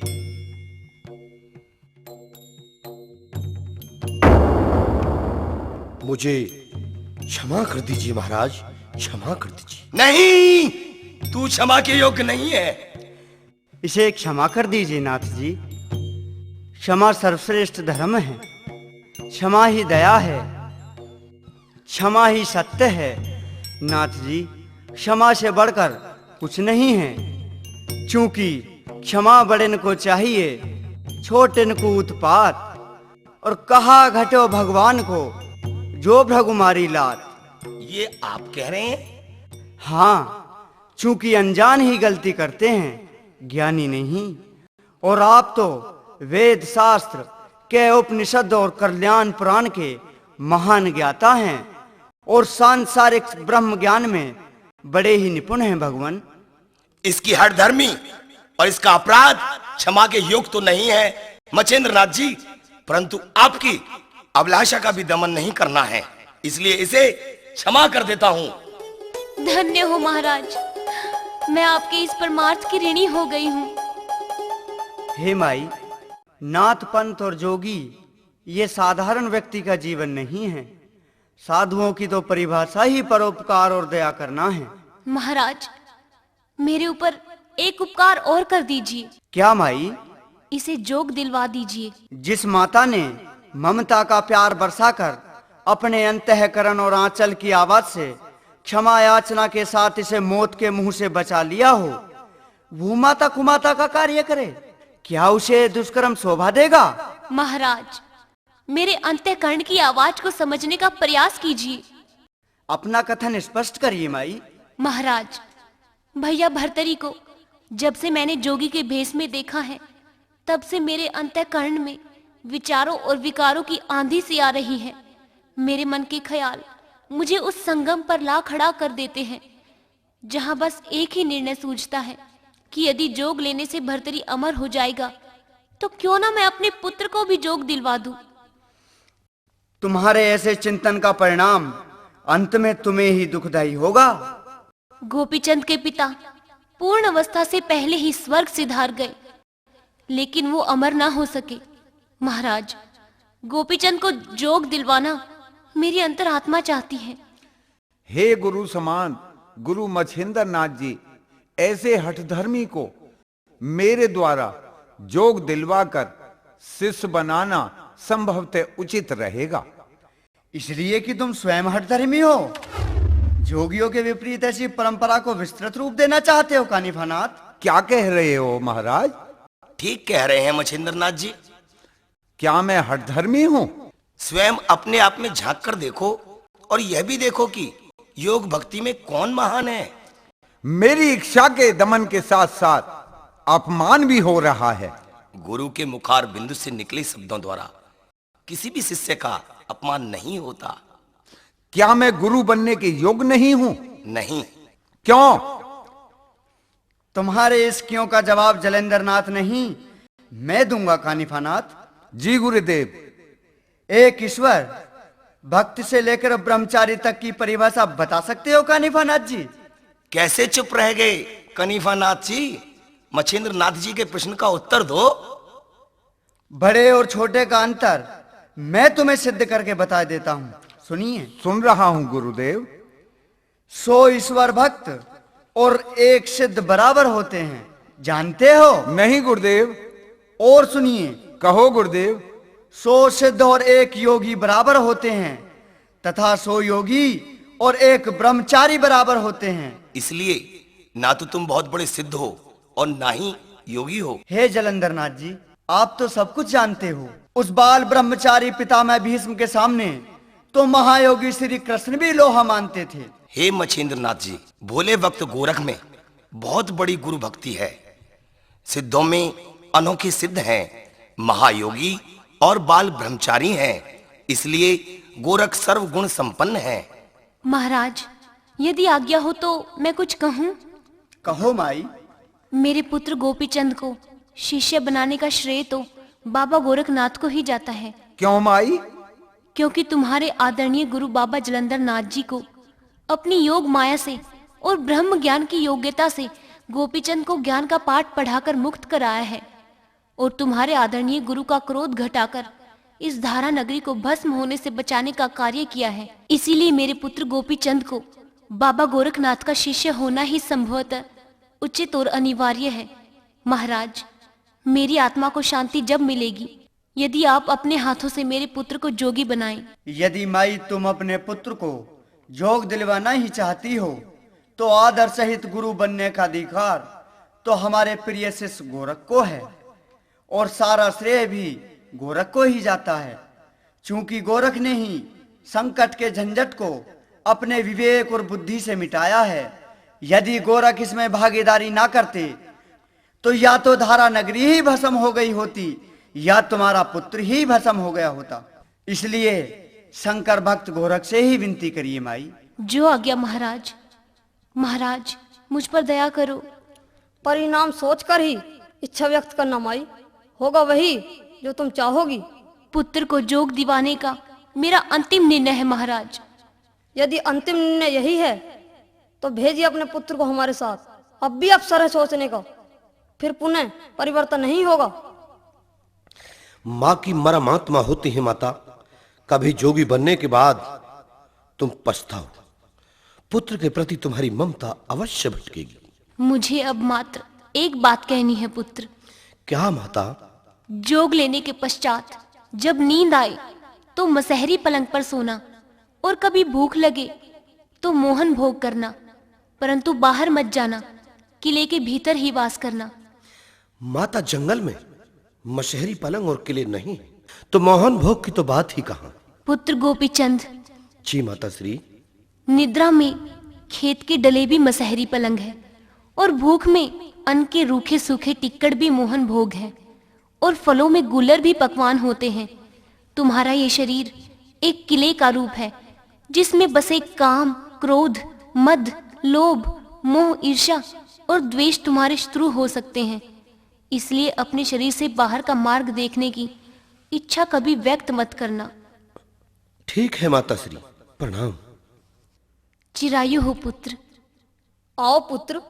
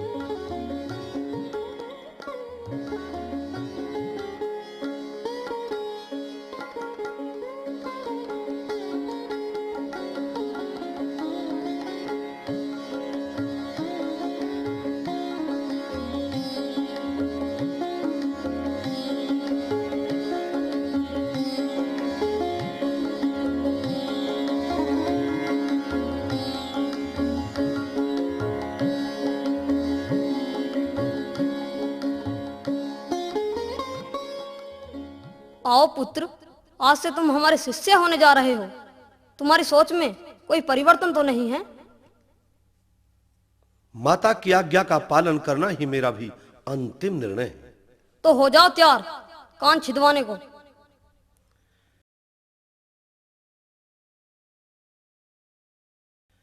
हाय माता। माताश्री, महाराज कहाँ हैं? पुत्र ने तो जोग ले लिया पुत्रवधू। ऐसा उन्होंने क्यों किया?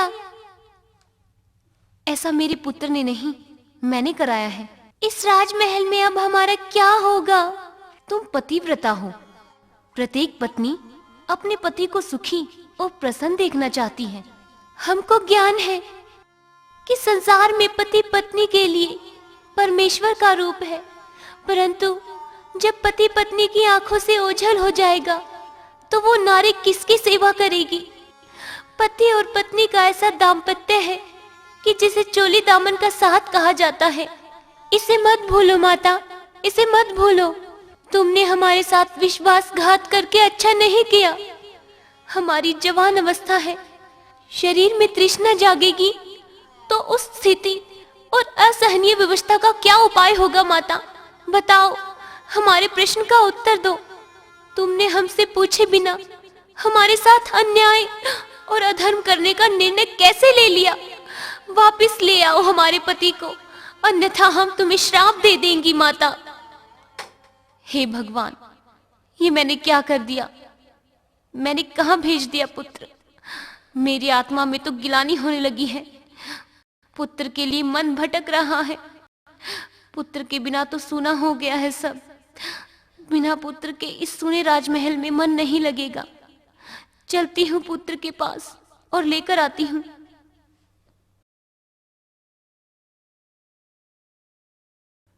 पुत्र गोपीचंद, लौट के वापस राजमहल चलो। तुम्हारी रानी तुम्हारे बिना बहुत दुखी है, कोप भवन में पड़ी हुई है। शीघ्र चलो पुत्र, शीघ्र चलो। हमने जोग लेने से पहले माई तुम्हें सब कुछ समझाया था। काम, क्रोध, मद, लोभ, मोह ये दाम्पत्य जीवन के देवता होते हैं। चलो पुत्र चलो। अब तो तुम्हारी आज्ञा का पालन करना असंभव है माता, क्योंकि पुत्र का रिश्ता उसी दिन तक का था जब मैं अंतिम प्रणाम करके राजमहल से चला था। चलो पुत्र, अन्यथा मेरी पुत्र वधू जीवित नहीं रह सकती। मेरा जीवन भी दुर्लभ हो जाएगा। तुम्हारा इस प्रकार कहना अब तो मिथ्या हो चुका है। अब राजमहल वापस जाने के प्रश्न का तो स्थान ही समाप्त हो चुका है। जाओ, अपने राजमहल वापस चली जाओ। इसी में तुम्हारा भला है माई। अब तुम्हारा कुछ भी कहना निरर्थक है।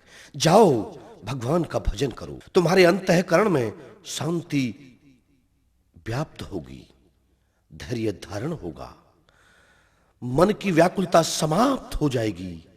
माता पुत्र को वापस ले जाने की अभिलाषा तो तुम्हारी पूर्ण रूप से समाप्त हो चुकी है, क्योंकि दाम्पत्य और जोग का कोई संयोग नहीं होता माई। पुत्र, माता की आज्ञा का उल्लंघन? अब मैं तुम्हारा पुत्र नहीं, ना ही तुम मेरी माता हो। मेरे लिए संसार में स्त्री का रूप एक माता का रूप है। मुझे घर घर जाकर माई कहकर ही अलख जगाना है। दाम्पत्य जीवन का भोग इस अंधेरे में रहकर अज्ञानता का जीवन है। पुत्र, तुम्हारी पत्नी और पुत्रियों का रोना बिलखना मेरे अंतःकरण को भेद गया है। पुत्र, अपने किए कर्म पर मुझे स्वयं पछतावा हो रहा है। ऐसा मुझे कदापि नहीं करना चाहिए था। मैंने तुम्हें समझाने का निरंतर भरसक प्रयास किया था माता, परंतु तुमने अपने पुत्र की एक न मानी और मुझे जोगी बनाने की लत लगा दी, जो आज तुम्हारे समक्ष आपत्तियों का अंबार लगा हुआ है। बहुत समझाने पर तुम्हारे संज्ञान में कुछ नहीं आया माता। जो तुम कह रहे हो सच ही कह रहे हो पुत्र। तुमने ही क्या, भैया भर्तरी ने मुझे समझाया था। इतना ही नहीं, बाबा गोरखनाथ ने भी मुझे गहन रूप से समझाया, परंतु मेरी अकल पे तो पत्थर पड़े थे। विधाता जो करता है वही होता है माई, उसके किए को कोई रोक नहीं पाया। अब मुझे प्रतीत हो रहा है, यद्यपि जोग लेने से पहले जितना मुझे ज्ञान था, मैंने तुम्हें अतीत के विषय में उतना ही समझाया था कि मुझे जोग दिवाकर एक दिन अवश्य ही पछताओगी मां। परंतु जोग लेने के पश्चात तुम्हें माता मानकर पुत्र के रूप में तुम्हारी आज्ञा का पालन नहीं कर सकता माता। संबंध विच्छेद करने की भाषा का उपयोग मत करिए पुत्र। ममता के आंचल में और कष्ट हो जाएगा। तुमने पत्थर की छाती करके मुझे कष्टों के अथाह सागर में जब धक्का दिया था, इस परिणाम के विषय में तभी सब कुछ सोचा होता माई।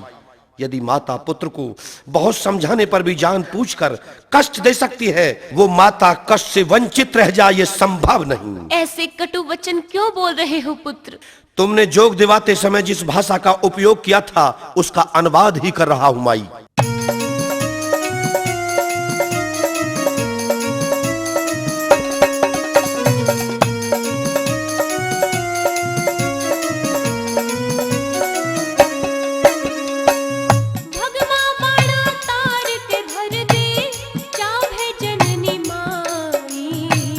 पहल्या ते तन जोग दिवाया इब क्यों करे मनाई।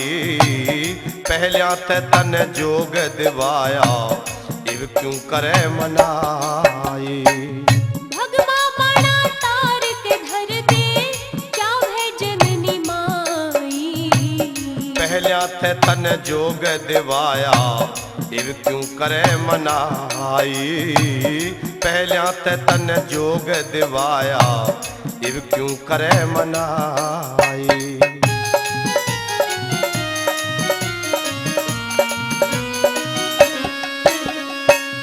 भूल हुई मेरे पे जिब मन बेटा जोग दिवाया। भक्ति के रंग में रंग ली माँ मन ने अपनी काया। माँ का कहन मान ले तू इब राजभोग मेरी माया। नाटू था जिब जबरन मातन जोगी पुत्र बनाया। नाटू था जिब जबरन मातन जोगी पुत्र बनाया। मन चाह कर दे बेटे माँ भरती रोज तबाही। बन के संत राज भोगू माँ देगा जगत बुराई। पहल्या ते तन जोग दिवाया इब क्यों करे मनाई।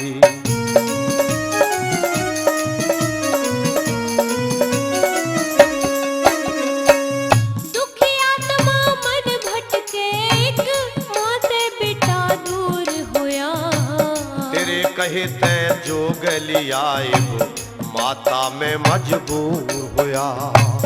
जन्म लिया और पाला से माँ ते के बता कसूर होया। इब क्यों जोग छुटावे माजिब भक्ति में मन चूर होया।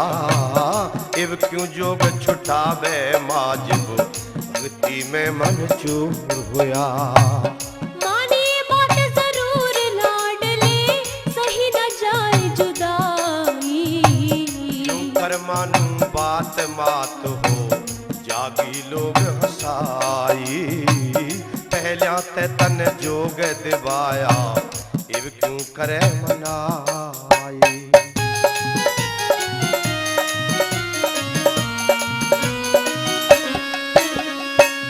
राजपाठ और रंग महला ने सुने करके चाल्या।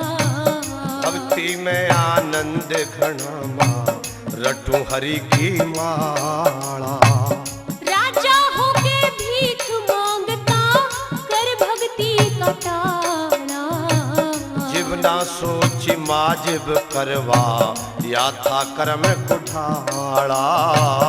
जिब ना सोच माजिब करवा या था कर्म कुठाड़ा।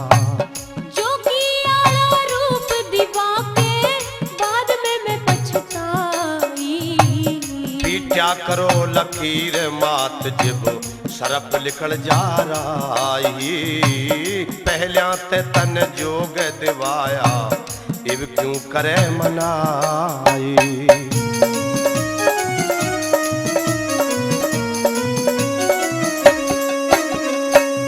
कितनी बड़ी भूल होगी बेटा कर दिया बिराना। निकल गया जिब एक बेर माई टेम हाथ नाना। करो खुशामद गोपी चंद कर माँ की पूरी चाना। ऋषि पाल की शरणा जइए जो रहता ग्राम खदाना। ऋषि पाल की शरणा में जा रहता गांव खदाना। करो खुशामद गोपी चंद कर माँ की पूरी चाना। ऋषि पाल की शरणा जइए जो रहता ग्राम खदाना। ऋषिपाल की शरणा में जा रहता गांव खदाना।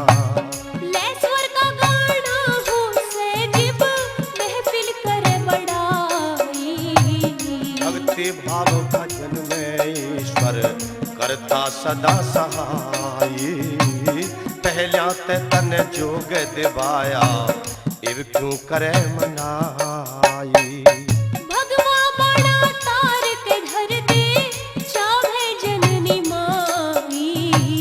पहल्या ते तन जोग दिवाया इव क्यों करे मनाई। पहल्या ते तन जोग दिवाया इव क्यों करे मनाई। भगवा बड़ा तार के धर दे चाहे जननी माई। पहल्या ते तन जोग दिवाया इव क्यों करे मनाई। पहल्या ते तन जोग दिवाया इव क्यों करे मनाई। जो हो गया सब तुम्हारे ही तो कारण हुआ है। अब जोग त्याग कर भोग भोगना संभव नहीं। इस संसार में मेरी अब ना कोई माता है न पिता है, भाई है न कोई बहन है, न पत्नी है न पुत्र है, न कोई यार है और न ही कोई रिश्तेदार है। यदि कोई है तो मात्र मेरे गुरुदेव और ईश्वर का ध्यान तथा गुरुदेव का आदेश मेरे लिए सर्वोपरि है। अपना समय व्यर्थ न खो भाई। जाओ ये मानकर कि मेरा कोई पुत्र नहीं, अर्थात मैंने किसी पुत्र को जन्म ही नहीं दिया। आत्म शांति और धैर्य धारण करने का एक मार्ग तुम्हें बता सकता हूं माई। क्या पुत्र? भगवान का भजन करो, दान पुण्य करो, आत्मा को शांति अवश्य मिलेगी। जाओ माई जाओ। गोपीचंद, जी गुरुदेव। अब तुमने जोग धारण कर लिया है। आप सब कुछ अपनी आंखों से देख रहे थे गुरुदेव। हाँ शिष्य, तुमने जोगी बनकर जो अपनी माता से तर्क किया था वो सराहनीय है। इस दृश्य को देखकर मुझे आश्चर्य भी हुआ और अति प्रसन्नता भी। क्यों गुरुदेव? क्योंकि तुम अपनी माता की भटकती ममता में भटके नहीं, अपितु अडिग रहे। आपके आदेश का गौरव और गुरु मर्यादा का सम्मान रखना तो एक शिष्य का श्रद्धा के साथ परम कर्तव्य होता है गुरुदेव। धन्य हो पुत्र, धन्य हो। ईश्वर तुम्हारी प्रत्येक कामना को पूर्ण करे। तुम एक दिन महान योगी बनोगे और तुम्हारा योग अवश्य ही सफल होगा। मेरी एक अभिलाषा है गोपीचंद। क्या गुरुदेव? तुम्हें धारा नगरी के राजमहल में जाकर अलग जगाना होगा। जो आज्ञा गुरुदेव। अपनी रानी को माई कहकर भिक्षा मांगनी होगी, तभी तुम्हारा जोग सफल होगा। रानी भिक्षा दें अथवा ना दें, परंतु तुम्हें अपने कर्तव्य का पालन करना होगा। आपकी आज्ञा का उल्लंघन कदापि नहीं होगा गुरुदेव। कहना किसी भी प्राचीन सगे संबंधी का जोग लेने के पश्चात कोई संबंध नहीं रहता। गुरु ज्ञान का सागर है, सम्मान का सागर है। गुरु का धाम ही धर्म का धाम है। गुरु धाम ही सच्चा तीर्थ स्थान है। सदगुरु भगवान स्वरूप होता है। सदगुरु और पृथ्वी बड़े पराक्रम और सौभाग्य से मिलते हैं। जाओ, अब विलंब न करो शिष्य। जो आज्ञा गुरुदेव।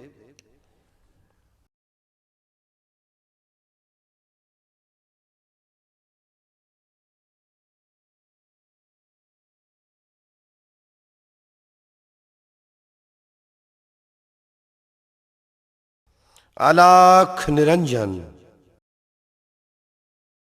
अलाख निरंजन। भिक्षा गिरो माई।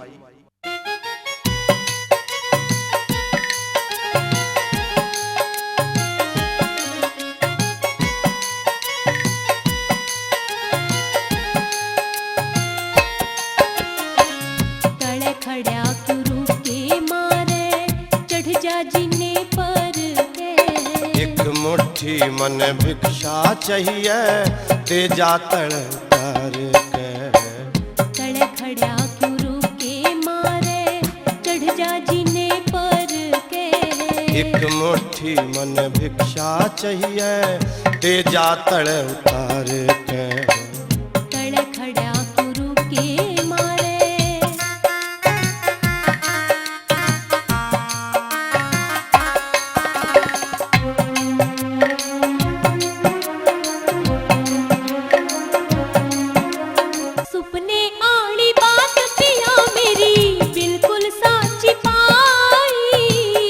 बेटा के भीख घाल मेरा जोग सफल हो माए।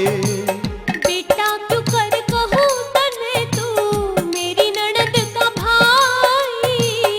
उनने गान भूल बिसर जा छोड़ पुरानी राही। सोने की मन थाल परोसे जीम लिए मन भर के। राख घोल के पी जा साधु हर का नाम सुमार के।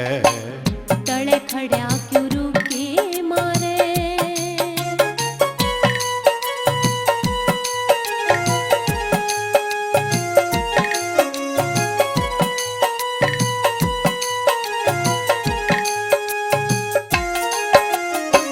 अधम बिचाले डूब दही मेरी मद में भरी जवानी। मूर्ख ने दुख होया करे और हंस के काट ज्ञानी। मद जो बन की ढाल डाटनी धार समझ ले पानी। सूरज का भी अरक रोक दे ऐसी वीर बिरानी। बिना पति के साथ बता कौन पार दिखा दे तर के। सबर का मुक्का मार लिए तू करड़े छाती कार के।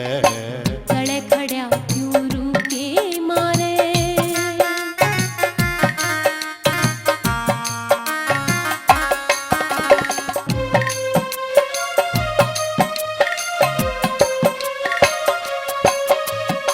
कदे कदे ते मेरे पिया हो राजा छत्रधारी। भजन करूं और गुरु की सेवा बात समझ में आ रही। सोढ़ा रानी बांझ बिठा दी कन्या घरा कवारी। साधु का के काम बताई सा काम करे घरवारी। पहलम ततन क्यों ब्याही थी मोड़ बांध के सर के। इसी बात का रहा फैसला इस जग के ईश्वर के। खड़े खड़ा क्यों रुके मारे।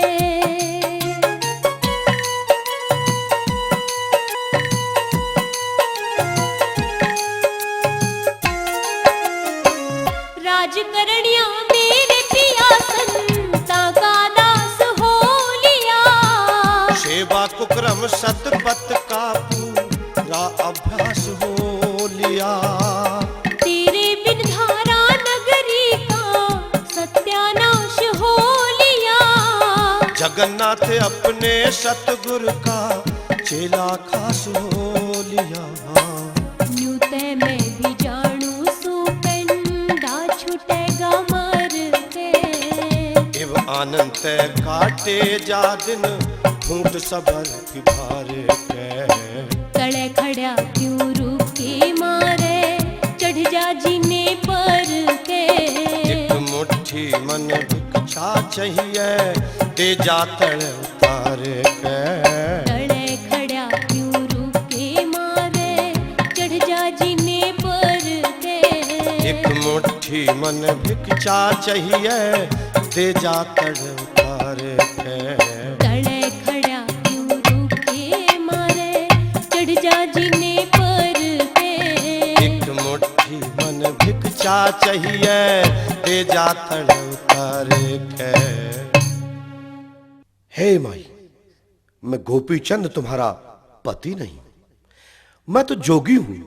जोगी सोने के थाल में भोजन नहीं जीवते। सोने के थाल में तो राजा ही भोजन करते हैं। मैं तो राख घोल कर पीने वाला हूं। भिक्षुक जोगी हूं। जोगियों के पास अधिक समय नहीं हुआ करता माई। तुम मेरे पति हो महाराज। तुमने अपना भगवा बाना करके घोर अनर्थ किया है। स्वामी, साधु वो बनते हैं जो राजकाज अथवा दाम्पत्य जीवन से भयभीत हो जाते हैं। दाम्पत्य जीवन तो मिथ्या जीवन है। और जिन बातों को बढ़ा चढ़ा कर कह रही हो माई, इन बातों का इस जोगी के मस्तिष्क पर कोई प्रभाव नहीं पड़ेगा। भगवान भेष तो भगवान स्वरूप है। बार बार दाम्पत्य का संकेत देकर मेरे मन को प्रभावित करने में समय नष्ट मत कीजिए माई। भिक्षा देनी है तो दो, अन्यथा जोगी बिना भिक्षा के ही खाली हाथ चला जाएगा। हे प्रभु, मैं क्या करूं? भिक्षा ना दूं तो भी मेरे पति का अपमान होगा, और यदि मेरे पति बिना भिक्षा लिए मेरे पति देव निराश चले गए तो मन में ग्लानि रहेगी, आत्मा को शांति नहीं मिलेगी।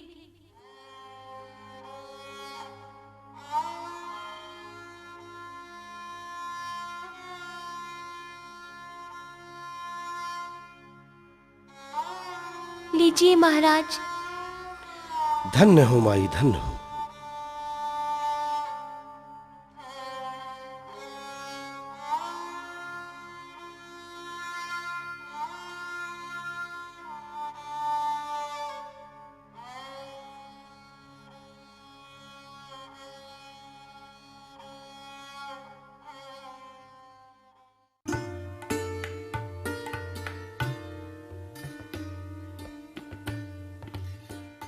प्रणाम गुरुदेव। कर लाए भिक्षा गोरख? जी गुरुदेव। सर्वप्रथम तुमने गुरु की आज्ञा का पालन करके गुरु और शिष्य के बीच रिश्ते का आदर किया है। तुम वास्तव में गुरु कृपा के पात्र हो और सच्चे शिष्य कहलाने के योग्य हो, परंतु मात्र अपनी रानी के हाथ की भिक्षा लाने से तुम्हारा कर्तव्य पूरा नहीं होता है। आदेश करिए गुरुदेव। अभी तो तुम्हें अपनी बहन चंद्रबल के हाथ की भी भिक्षा लानी है। आपके आदेश का सदैव पालन होगा गुरुदेव। गोपीचंद। जी गुरुदेव। गुरु के प्रसाद से स्वादिष्ट संसार में और कोई प्रसाद नहीं है, क्योंकि गुरु की महिमा का संसार में सर्वश्रेष्ठ और ऊंचा स्थान है, जिसका सार वेद शास्त्र पुराण कल्याण जैसे धार्मिक ग्रंथों में भी देखने को मिलता है। आदेश करिए गुरुदेव। कल तुम्हें चंद्रबल के हाथ से भिक्षा करके आना है। जो आज्ञा गुरुदेव। अलख निरंजन।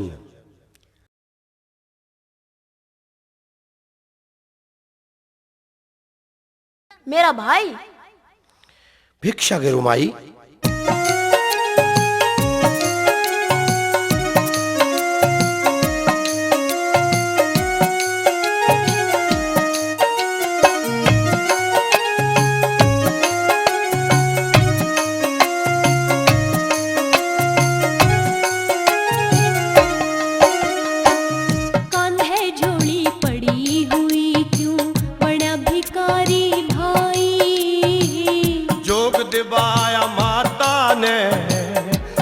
दिवाया माता ने मेरी गलती ना मा जाए। कान्हे झोली पड़ी हुई क्यों बड़ा भिखारी भाई। जोग दिवाया माता ने, जोग दिवाया माता ने मेरी गलती ना मा जाए। कान्हे झोली पड़ी हुई क्यों।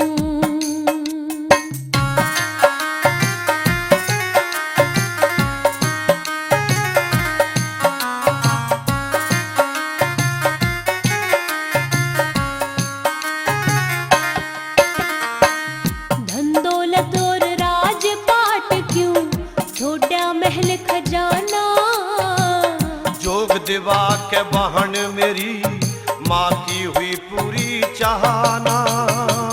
धन दौलत और राजपाट क्यों छोड़ा महल खजाना।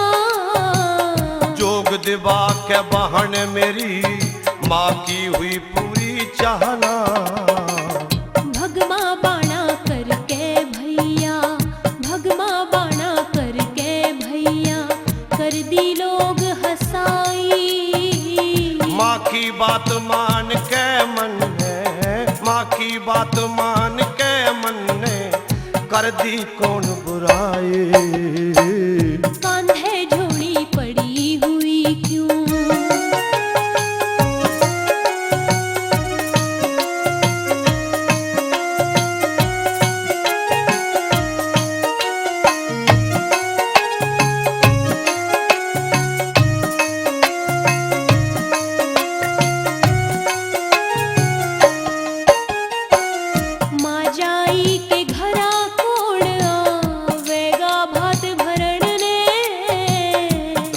कर लिया जोग मने इब तोड़ू नहीं परण में।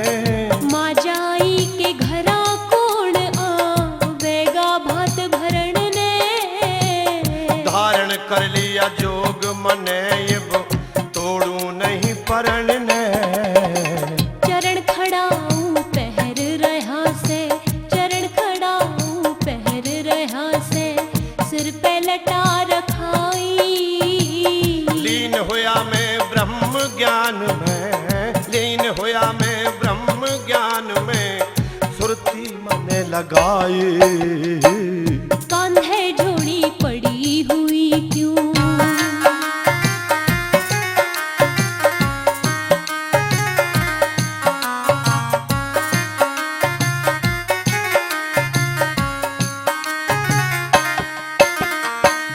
बारह कन्या 16 रानी, क्यों कर मन डांटेंगी।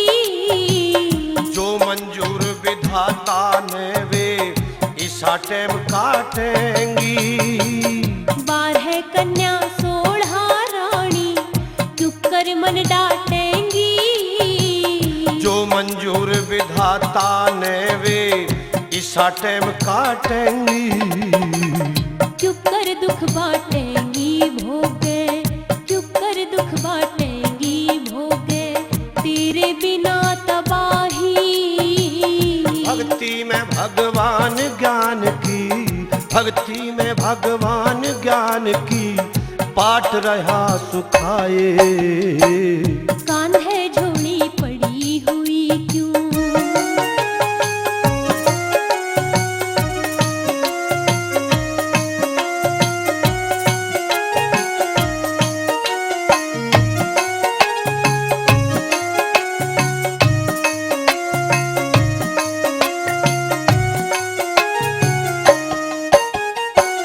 तार दे भगमा वस्त्र भैया, राज भोगी जाके।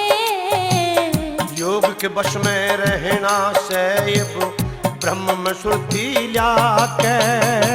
तार दे भगमा वस्त्र भैया, राज भोगी जाके। योग के वश में रहना सैब ब्रह्म में सुरती लाके। ऋषिपाल सिंह राग निगा के, ऋषिपाल सिंह राग निगा के, शोहरत खूब कमाई। बल बुद्धि और मन शुद्धि तय, बल बुद्धि और मन शुद्धि तय, होती कला सवाए। कांधे झोली पड़ी हुई क्यों, बड़ा भिकारी भाई। जोग दिवाया माता ने, जोग दिवाया माता ने, मेरी गलती ना मा जाए। कांधे झोली पड़ी हुई क्यों, बड़ा भिकारी भाई। जोग दिवाया माता ने, जोग दिवाया माता ने, मेरी गलती ना मा जाए। कांधे झोली पड़ी हुई क्यों।